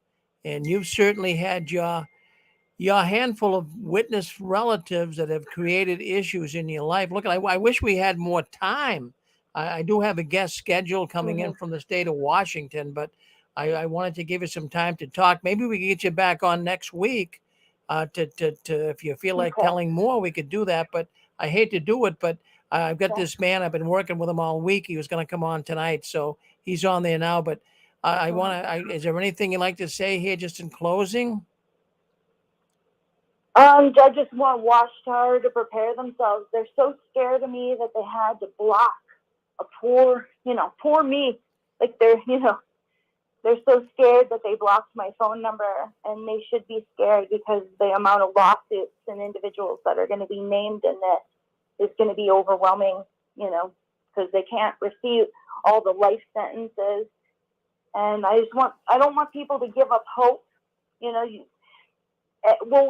The main thing that I want to say is if you are a survivor of abuse in the Jehovah's Witnesses, if you want to speak up and your abuser is not behind bars, please don't give your real name. Don't show your face, because these Jehovah's Witness abusers, when they feel, the screws turning and they start to panic, and the elders always give them the heads up. That's the worst thing, is that the elders will then take them in the library and notify them that they're being looked into, and they will start to panic, and it could turn into a homicidal situation. Like it happened in this circumstance. And the scary part is that if I hadn't have spoke up and told the reporters that this was linked to the Jehovah's Witnesses, they were all keeping it quiet and didn't want anybody to know that it was linked to the witnesses, And so I want to thank the Fox News, People Magazine, Oxygen, the Washington Post, the New York Post, just to name a few that have been covering this. But it'll be covered more once the trial happens and stuff. But I've been quoted in a couple of articles, which feels good, where I was mentioning, there's prior abuse that happened with the Jehovah's Witnesses. And to anybody also who goes on to JW Match, the Jehovah's Witness dating website, you need to be aware there are some dangerous people, because that's where they would target my uncles. Because how confusing it is. Clyde and Jessica and the baby were the ones that were murdered, and they were all Jehovah's Witnesses. But when they were buried, Clyde and Jessica are buried separately. Jessica and the baby were taken to New York, and Clyde's body was left behind in Millbank, because I have in text message confession, my uncle Clyde. Veronica, we got to. I'm sorry, we're running out of time here. We're pressed up against time, but I want you to tell more of this. I know you have a lot to say, and we want to hear it. Yeah. But I do have this guest scheduled, and I got to bring him in, or he might leave on us. But I want to thank you very much for coming in, and I want you to be able to come back. People writing in here is kind of like an unscheduled event, but if we can schedule you in, maybe we can talk this week and get you to come in and spend more time with us, okay? Yeah, I probably won't be able to. I'm going to have to duck out and do it. I just kind of did this like last minute because of things that are happening, but I might have to. All right, well, you just let it. Have a GoFundMe. Yeah, let it settle for a while. I need help making it to the trial. All right, well, you do that. You got a GoFundMe page, do you? Yeah, if you look up Jehovah's Witness triple homicide on GoFundMe. I lost access to my Facebook page, so anybody who is in the Watchtower Hidden in Plain Sight group, I haven't been able to access that. So I just want to let people know that too. But all right, well, all right, well, we'll try to. Okay, let's just let the dust settle, and where our hearts all go out for you. The Six Screens Video Suite, YouTube, Facebook, they're all wishing you the best, Vanessa. It's been a hard year for you, but they all love you. I love you. My wife loves you. You're a good woman, and even though you've been beat up badly, you're still cranking away at it. So thank you for coming on and sharing the information you did with us tonight. Thank you, Vanessa. Thank you. No problem. Thanks for having me. All righty. Good girl. All right. Well, that's Vanessa. My goodness. I mean, what do you say? How do you handle a story like that? That's unbelievable. Well, we're going to switch gears. Nathan Nadis. Now, Hi, Rick. he's on with us. Now, you know him. I mean, he's no stranger to the ex-witness world. If you ever been on JWN discussion board, and then that was before Reddit, that was one of the first sites out there that I ever got on. And Simon's the man's name that runs it, but Nathan's been on there for years. He's a prolific writer, and he's on with us tonight. So, hello, Nathan. Hi, Rick. So How are you? good. I'm doing good. I'm doing good. So sorry for the little bit of delay here, but we'll take a little extra time if we have to. Not at all. Veronica's story is incredible, and she has truly got the heart of a lion. To be able to endure what she's endured is amazing. It is. A normal person, she must have a lot of mental strength, because, geez, to have your relatives hacked up with a machete and hit with a baseball bat, and all of the witness connection she has, and all of these people are turning out to be criminals and bad. Jeez, I mean, geez, it's, that's why, I'm going to go back to JWN. I used to get a bad rap in there, and I know you always stood up for me, but I used to get such a bad rap in JWN when I used to post years ago. It's one of the first places I came across when I was leaving the witnesses, so I used to post in there. But people used to get upset with me, and Rick, you're making this stuff up, and you're just trying to sensationalize. But, I wasn't. Now, all of a sudden, all of these stories are coming out in the open with the Watchtower is worse than we thought they were, Nathan. Far worse, yes. Yeah. So let's talk about Nathan. Let's talk about him. He's on the limelight here tonight. So we're going to go back to the scene of the accident, Nathan. I know you're, we're going to go back to when the witnesses first came into your life. So when was that? Well, I'll start at in the beginning. In the beginning, I was born in Flushing Hospital in New York City, and my parents moved with the family into a house owned by my grandfather in Maspeth. About 7 years later, around 1957, my mother was contacted by the witnesses and offered the infamous free home Bible study. And my mother had many reasons for finding their message appealing. I think the biggest message that got to her was that her father, who had died when she was only 13 years old, would soon be resurrected. And she was the apple of her father's eye, and she dearly missed him. So this was something that completely captivated her, and she began studying with the witnesses. And as a consequence of that, she began taking me and my two brothers to the meetings at the Kingdom Hall. That was the Sunnyside congregation on 69th Avenue near Queens Boulevard in Queens. So time passes, and I'm being raised as a Jehovah's Witness kid. Well, actually, let me back up just a little bit. Approximately a year after my mom had begun studying, she had made efforts to convince my dad, whose family was Polish Roman Catholic, to study with the witnesses, and he actually sat in on a couple of the studies and decided that it wasn't for him. But then, after a period of time, he snapped, and he tried to beat my mother to death in our portion of the house that we were living in. And she managed to defend herself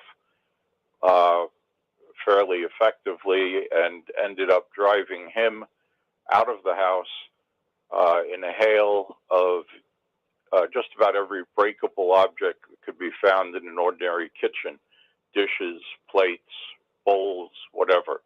The hallway was littered with glass, broken glass, when he finally left the house.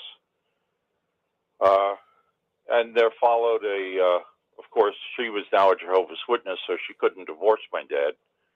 And he was Roman Catholic, so he wouldn't consent to a divorce. So they had a separation, and there were discussions about who was going to take care of the kids and all that. And naturally, this was back in the 1950s. The decision was made that the mother was best qualified to take care of the three kids. So Dad left the house, and shortly after he did that, my grandfather, who owned the house that we were living in, decided to sell the house, and that put us out on the street. After that, we moved into a series of various low-income, cold water flat type of apartments. There wasn't an awful lot of help for people at the lower end of the economic scale back then. My mother only had a third-grade education and was incapable of earning sufficient money to support all of us. And my father became very good at avoiding the child support that he was ordered to pay, which was an astonishing $60 per month for 3 children. That's $20 a month per kid, $5 a week per kid. And my father was a television technician. He had some college. I don't believe he had a degree, but he was in an industry that was just getting ready to take off, and decided that what he was going to do was to seek the lowest paying jobs he could find that would give him sufficient income and allow nothing for child support. So that situation continued for a number of years. And meanwhile, my brothers and I are being raised in the Watchtower, attending the meetings at the Sunnyside Kingdom Hall, and got to know the various people in the Kingdom Hall there.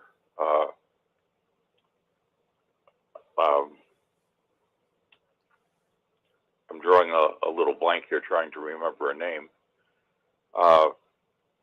Howard Zenke was the presiding overseer of the congregation back at that time. And Howard was a good man. I believe that he had a background in the Navy. He was very sincere, very devout witness, and he believed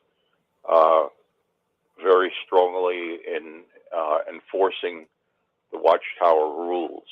Just as an aside, after 1975 came and went without the promised 6,000th anniversary birthday party for Adam, Howard Zenke, who at that time, he was a Bethelite, I neglected to mention that. New York City, as anybody from New York City knows, had Bethelites spread throughout all the congregations, so that these Bethelites could have positions of leadership in the congregation. So Howard was the presiding overseer in Sunnyside, and after 1975 came and went with nothing, Howard went to the his bosses at Bethel and said, if we're not careful, this can turn into our Watergate kind of situation. And for his concern and his seeking truth and fairness, Howard was taken out of the service department and put in the kitchen, where I believe he remained until his death. He's no longer with us. Anyway, I had reached the age of when I became an object of interest to the selective service system, and had several conversations with some of the elders in the congregation who told me what to expect from the selective service, and they all said, now remember, if anybody asks you if you received any advice, you received no advice whatsoever from anyone, and your feelings and convictions are all your own. You haven't been coached in any way.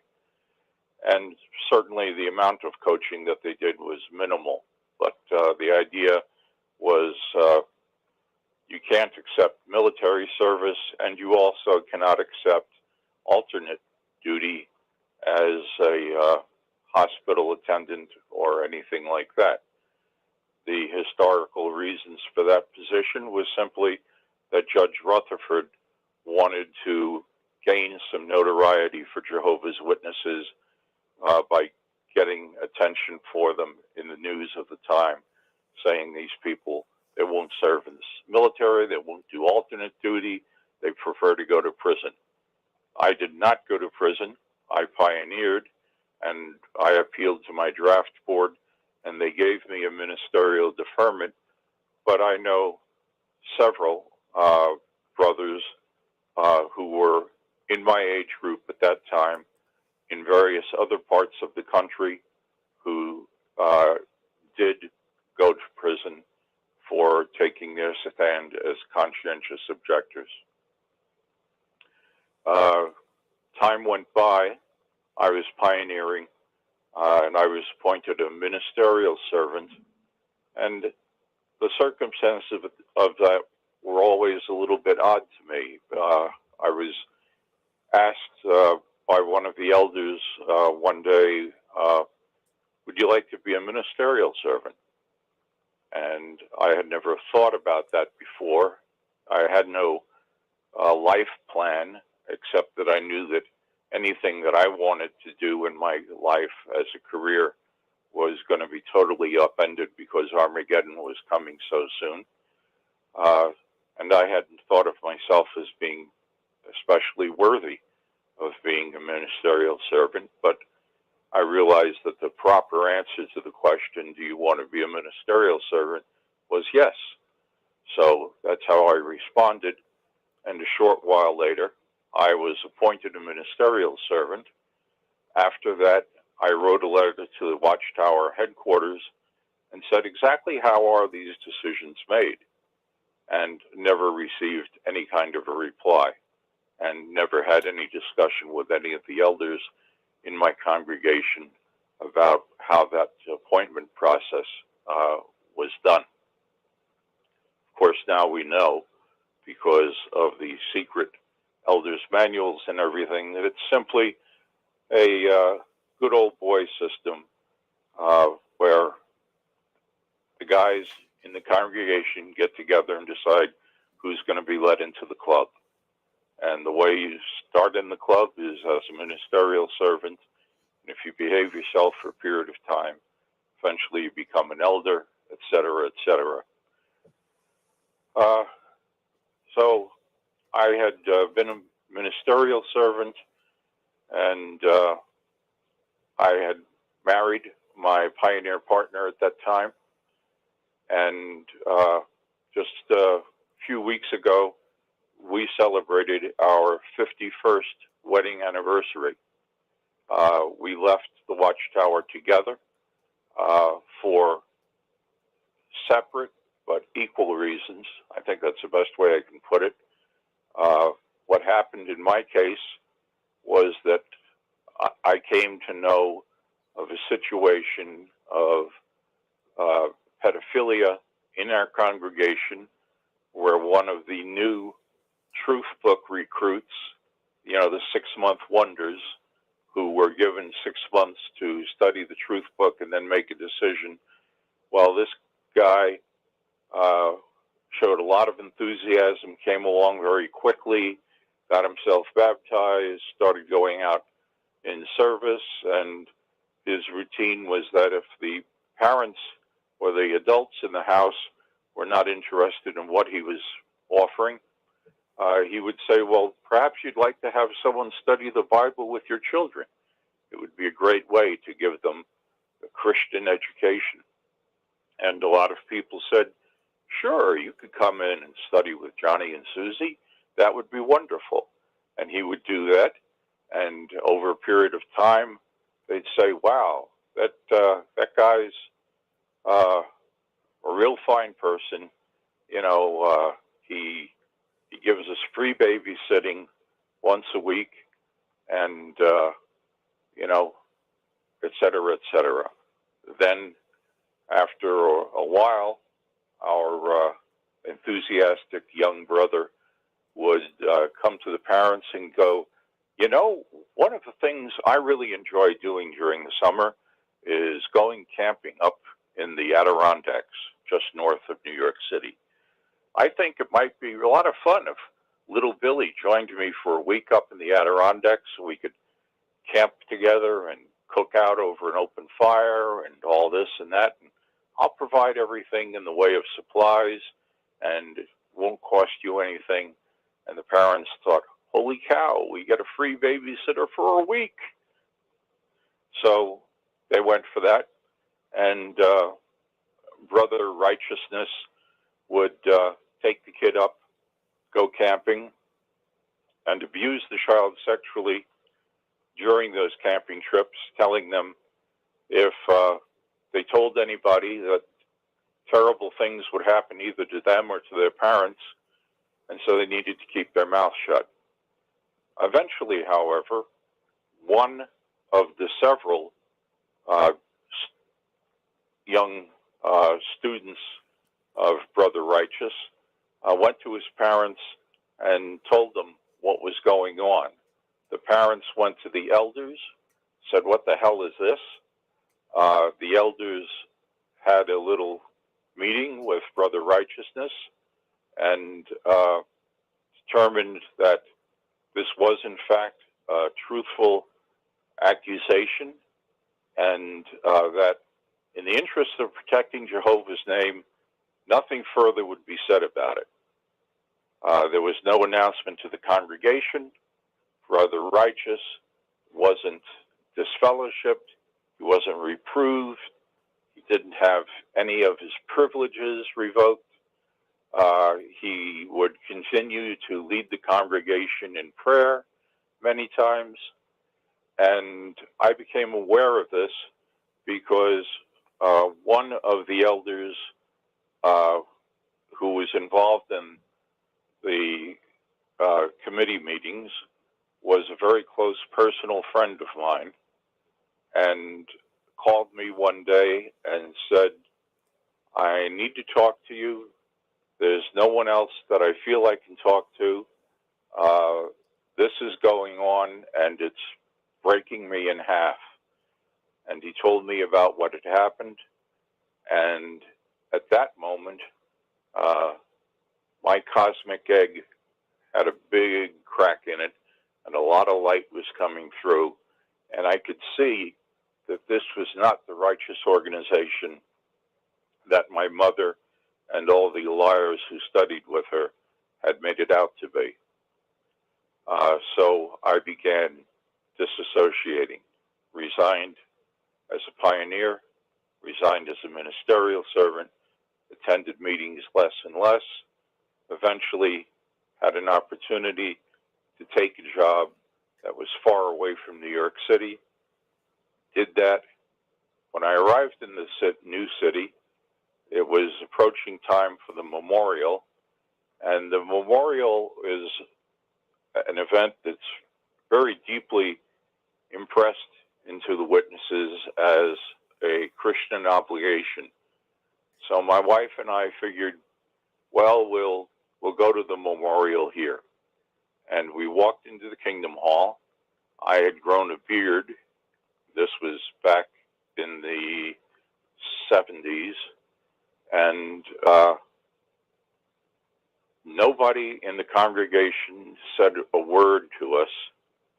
No greetings, no hello, no, hey, this is your first time here, or anything like that. And we sat through the memorial service.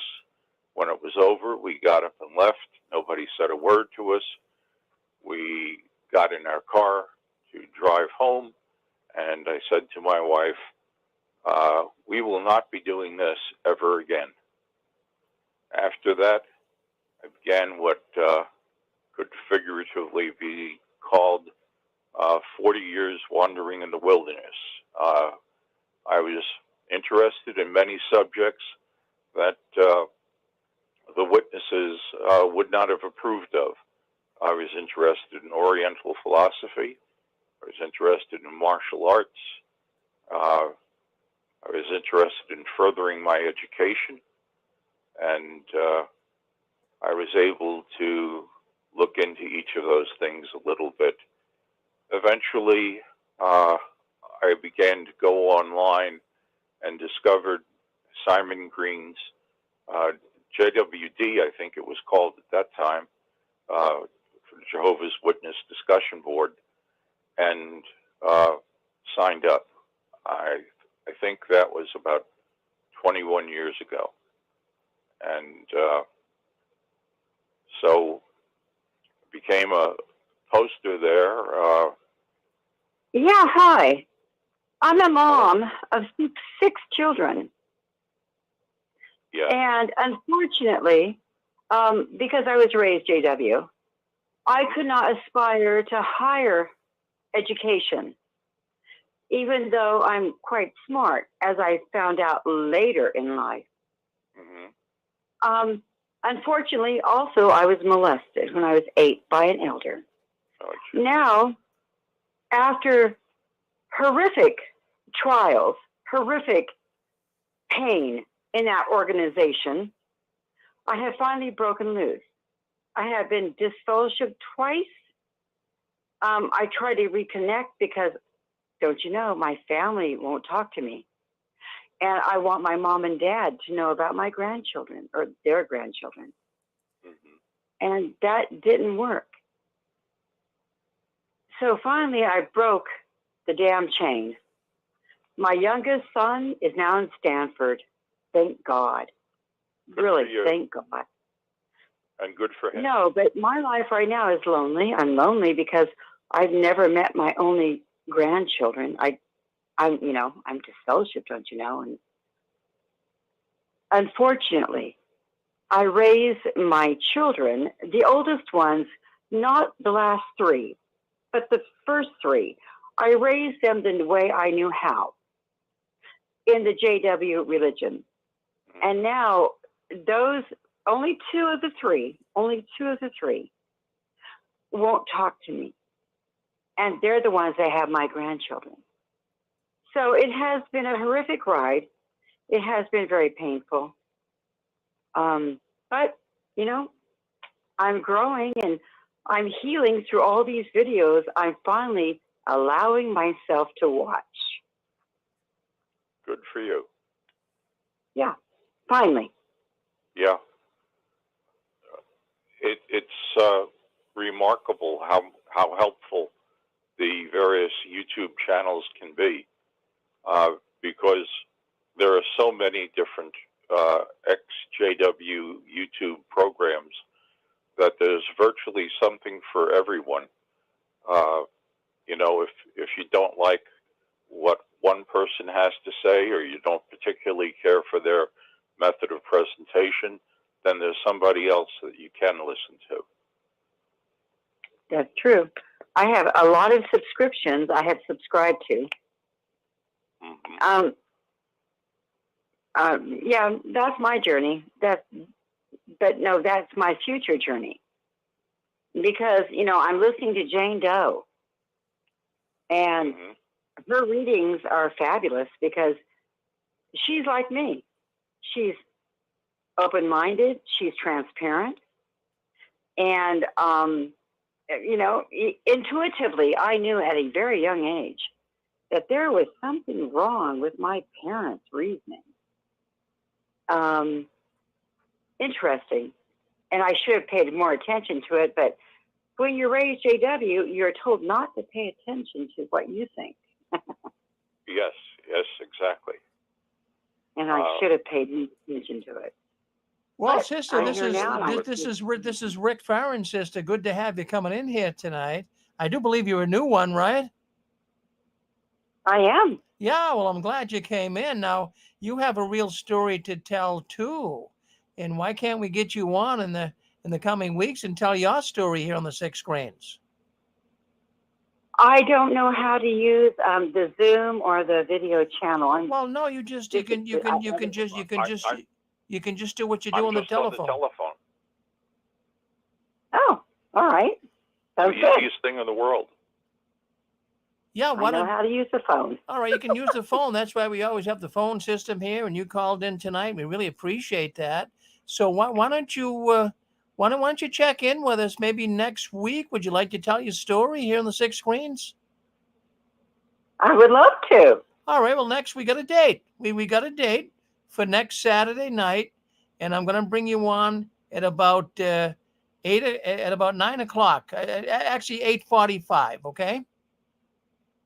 Well, honey, what time is that California time? Oh, you California? Okay, well, I'm talking New York here. That's basically we were operate out of that time I hear zone. your accent. I know you're New York. Actually, I'm Boston, but we're close enough.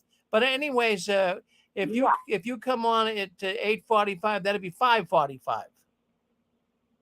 Your time. That's good for me because I go to bed at 8. All right, well, 5:45. You come in next week. And 8:45, you come in and you got the floor. You can tell us anything you want, okay? Is that Saturday at 5:45 California time? Yes. You got it. All right, we got a date. Thank you.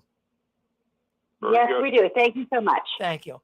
All right, Nathan. Well, Bye-bye. there you go. We got people listening to you tonight. I'll tell you what, you're a big hit. I see you on YouTube and the video suite. They all know you as Nathan Natus. My goodness. So let's continue on. So you moved out there. You went to Memorial. Nobody really liked you. I mean, they didn't want to talk to you. So I guess they didn't like you, right? I guess the beard was scary. Yeah. All right. So, but anyways, the reason why I brought you on here tonight is you are kind of like a silent activist. We're not going to reveal your real name. You'd rather remain anonymous, and that's okay. I have no problem with that. We have plenty of people coming on. But one thing you did do, you said, I really want to get the witnesses out of this organization. I want them to see the falsehoods. So you stepped in here a while back and you said, I don't know what year you started it, but you went into the Watchtower archives, and I'm going to show some stuff here tonight. Now, here is a book, Millions Now Living Will Never Die. We know that book was published around 1925, I think, somewhere in that area. But anyways, the copyright went out on that book, and it's very difficult to get. If you get a real copy, an original copy of the Millions Now Living Will Never Die book, you could spend a couple of $100 for that.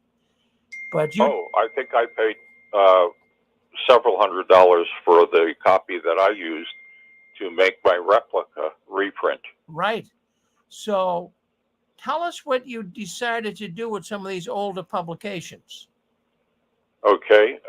After a period of time being on JWD, I began to see how people were contributing in terms of argumentation and stuff.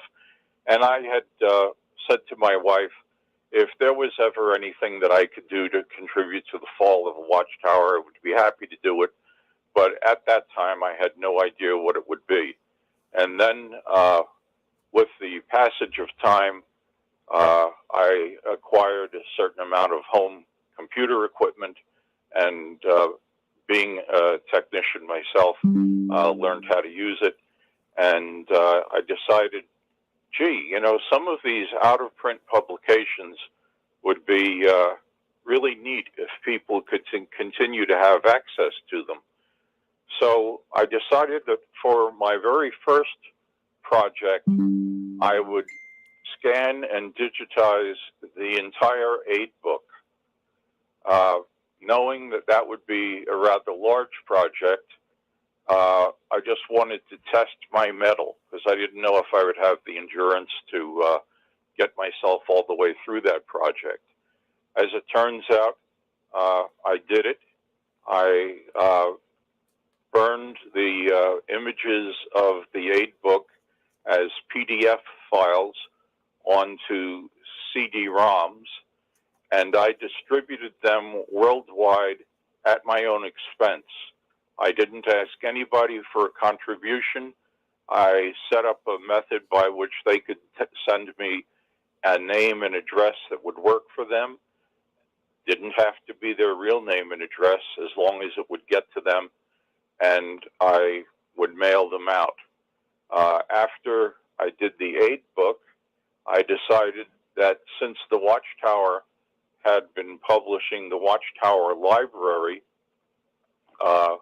which contains the approved books of the Watchtower, that it would be nice if some of the earlier books were made available. And so I digitized a selection of books that I called the Watchtower BS CD, and the BS unofficially stood for Bookshelf CD, and it contained the Old Paradise book, both versions of the Let God Be True book, Equipped for Every Good Work, Qualified to Be Ministers, a number of publications. I can't think of all of them right now. And I distributed those at my own expense to anyone who wanted a copy. Back then, the ex-JW community wasn't as large as it is now, and there weren't as many people who were willing to take the risk of giving their name to a stranger to have something sent to them for free. Unfortunately, my experience with the CD distribution had a downside, and that was that after a period of a couple of months, I began seeing copies of the CDs that I had produced for free distribution being sold online by various disreputable people who had asked for the free versions and then used those free versions to seed their own business. So I sent those people very legalistic messages, emails, whatever, and told them that if they didn't cease and desist, they would be facing legal action since they were selling my creation at a profit. And under the United States copyright laws, which I had researched rather thoroughly, the works that I had reproduced on the CDs that I had produced belonged to me. So that put an end to that problem. And then I decided, well, I still have to find a way to distribute some of these. And at that time, the book Captives of a Concept came out. Rick, maybe you can help me out by remembering his the name was author's name. Don Cameron. Yes, Don Cameron published Captives of the Concept, which I got a copy of, and I was struck by how nicely it was printed. Quality covers, good typeface. It didn't look like a piece of junk that somebody would produce in their local copy shop. So I wrote to Don and said, how did you do this? And he explained that, you know, he wrote the book and he put it into the correct file format and he uploaded it to lulu.com. Lulu.com is an independent publisher. You write a book, you retain the rights to your book, you send the files to Lulu, you select the covers that you want for your book. Lulu prints the covers, they print the pages, they put the pages between the covers, and they mail them off for you, and it costs you virtually nothing to do this because Lulu makes their money on the sale of each copy of the book. And if you want to make a profit, some people look to make a lot of profit, which I don't understand because nobody's going to pay $150 for one copy of a book. At least I'm not. But I set my personal profit low. Lulu had their overhead costs incorporated into the prices of the book. And so we were off to the races in that regard. If you'll bear with me for just a moment, I'll be right back. All right, but we got Nathan Natus on with us. And of course, he is the author of many of these books. Now, he's helped us out here in our ministry. Many people have bought them. We did send some out. We didn't get them all out, but we do have more books on the way. So these are the books, The Millions Now Living, Face the Facts. These are all older Jehovah's Witness publications, and they're out of print, but he republished them on this Lulu. And if you get into Lulu, you'll be able to look up Jehovah's Witness publications, and you can order one of them in there. No, nobody's making money here on this, friends. It's very That is great to know. That is great to know to get those publications, and great to know for anyone that wants to write their own book. Yeah, no, it's an excellent site. It's a wonderful resource for authors. Was Harp of God one of those books by any chance? It was not one of the books that I did. There may be a copy of the Harp of God that was done by somebody else. Okay, because I'm looking for that, or if someone could just tell me the gist of it. I know the cross is featured in it, and I wondered if it was Christianity 101. That was my basic question. But thank you for that Lulu reference, and I'll look at that for many reasons. Thank you. I think you'll enjoy browsing through their catalog. The books that I published, I call them replica reprints because each page is an enlarged photograph of the page as it originally appeared in the original publication, with the exception that if you've ever looked at any of these old books, you know that the printing process back then was kind of sloppy, and that ink would sometimes splatter on the page, and sometimes you'd get little fly specks and stuff like that on the pages. And so if you get one of these photographic replicas of the books, they look just as bad as the old books themselves do. And in my replica reprints, all those little smudges and things have been cleaned up so that you have a copy that looks like it just came off a press. And so my first project was Millions Now Living Will Never Die. And then, as Rick said, I also did Our Lord's Return, which is a booklet by Rutherford, Home and Happiness, which is another book by Rutherford, And at the end of that, I included a little commentary about Rutherford's home life so that persons could compare and contrast what he was preaching as to what he was practicing. Another title was The Way to Paradise, which was written by W.E. Van Amberg, who was Vice President Treasurer or Secretary Treasurer of the Watchtower Society for a really long time. That was the first version of the Paradise books that were written for children. It's quite an interesting piece of work because it contains a lot of doctrinal statements that the Watchtower today would not agree with. But I also included at the end of that a biography titled Who Was W.E. Van Amberg?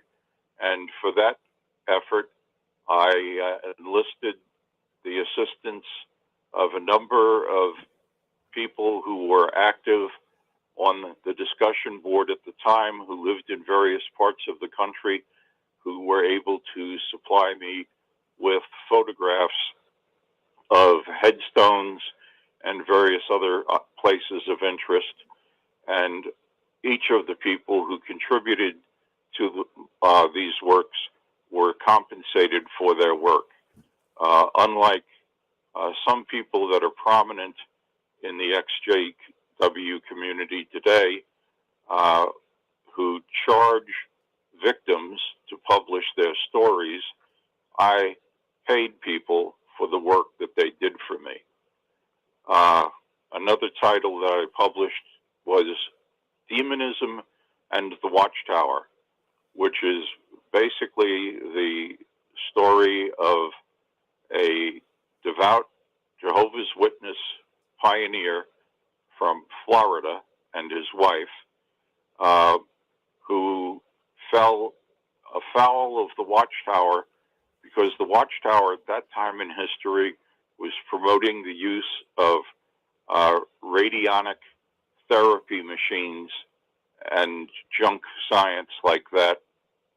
And this pioneer brother felt that these things were like Ouija boards. He considered them to be demonism. I don't. I think they're junk science. But nevertheless, we have in that book, Demonism and the Watchtower, a compilation of articles that he wrote regarding these things, and a history of how the Watchtower disfellowshipped him and his wife because they stood for truth and righteousness. Another title is titled A Bible for the Scientist, which also was written by W.E. Van Amberg, because Van Amberg believed the pyramidology of Russell. He believed that the pyramids at Giza were the first Bible that was given to man, and that the Bible, the printed Bible that had been passed through the people of Israel to the modern day was only God's second communication with man. Of course, this is no longer official Watchtower policy, and so I found in the old Watchtower magazines the article in which Judge Rutherford refuted pyramidology, and I included it so that both sides of this issue could be seen. Hey, Nathan, this is Rick Farron here at the Six Screens. Boy, I'll tell you, we got a lot of people very, very interested and fascinated with what you're saying. We're up on another program, but you have so much to say.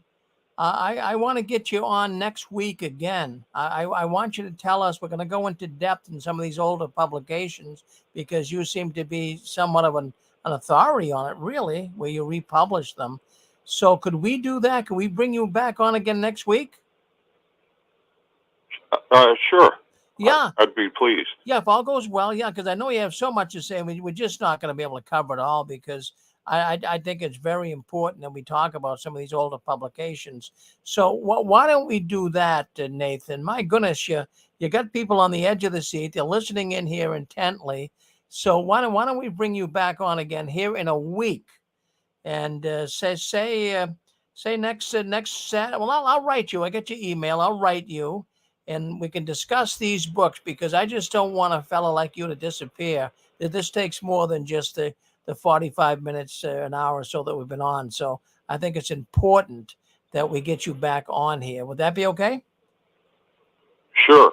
All right. I would like to say a couple things in closing. Oh, real yeah, quick, yeah. if I could. Take a couple of minutes here and say it. Yeah, sure. Okay. I would encourage people to check out two YouTube sites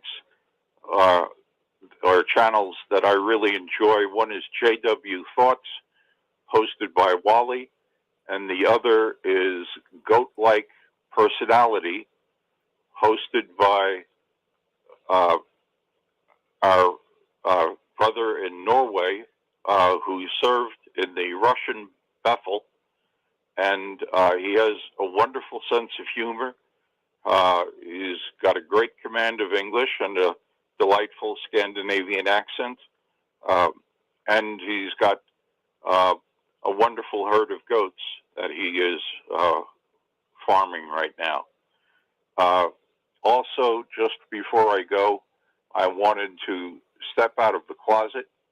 My name is James Hill.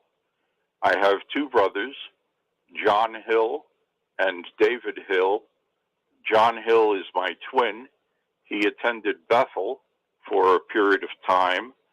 He was never very communicative about what his Bethel experiences involved, but he certainly didn't follow the route of the standard Bethelite in terms of seeking greater positions within the organization. My younger brother, David, tells me that he's an elder in a Brooklyn congregation, I believe Bay Ridge.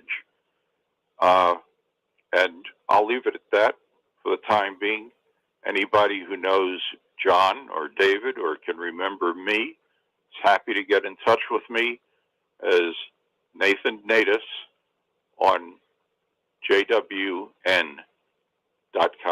Well, there you go. Now that's the first time that you came out in public and told us what you really. Well, thank you.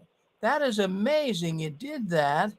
So it's been 30 years plus that you said, I'm going to kind of remain undercover, but you made that quantum leap tonight, Nathan. That is amazing. You're a hero. You're really a hero. Thank you for coming on. Now, you're coming back next week. But before we do that, I just want to see, I know we got a lot of pent-up callers. If we could just take just a couple of minutes, that's all. I know we're running into the other program. But is there anybody out there? I know there's people that do listen to you on JWN. Whether they're on the phone or not, I don't know. But they're writing on our other network platforms here. Do you want to say hello to Nathan? Go ahead. Say hello to Nathan Natus. You know him from JWN? Go ahead. I'm not sure there's anyone. Hey, Nathan, are you still on JWN? Do you still post there? Yes, I do. Oh, okay, because I used to be there. My name is Shirley. You probably remember me from there. And I under believe that I do, name. Shirley. Yeah, I'm under two other names that Simon kicked me off as Shirley. So I'm under two other names that Simon hasn't caught on to yet. So I don't check it out as much as I used to. So, but yeah, I just was on there because I think I sent you some like private messages that you can send there because you mentioned Sunnyside and I lived in Queens. So, and we both went to Bliss. You went to Bliss for the for the assemblies, right? The Bliss Theater? Yeah. That was in Greenwood or Greenpoint? Yeah, Long Island City, because you said you went to Sunnyside Congregation, right? Yes. Yeah, so that's I remember when that theater was being reconstructed for use by the Watchtower, and they left in all the Egyptian artifacts.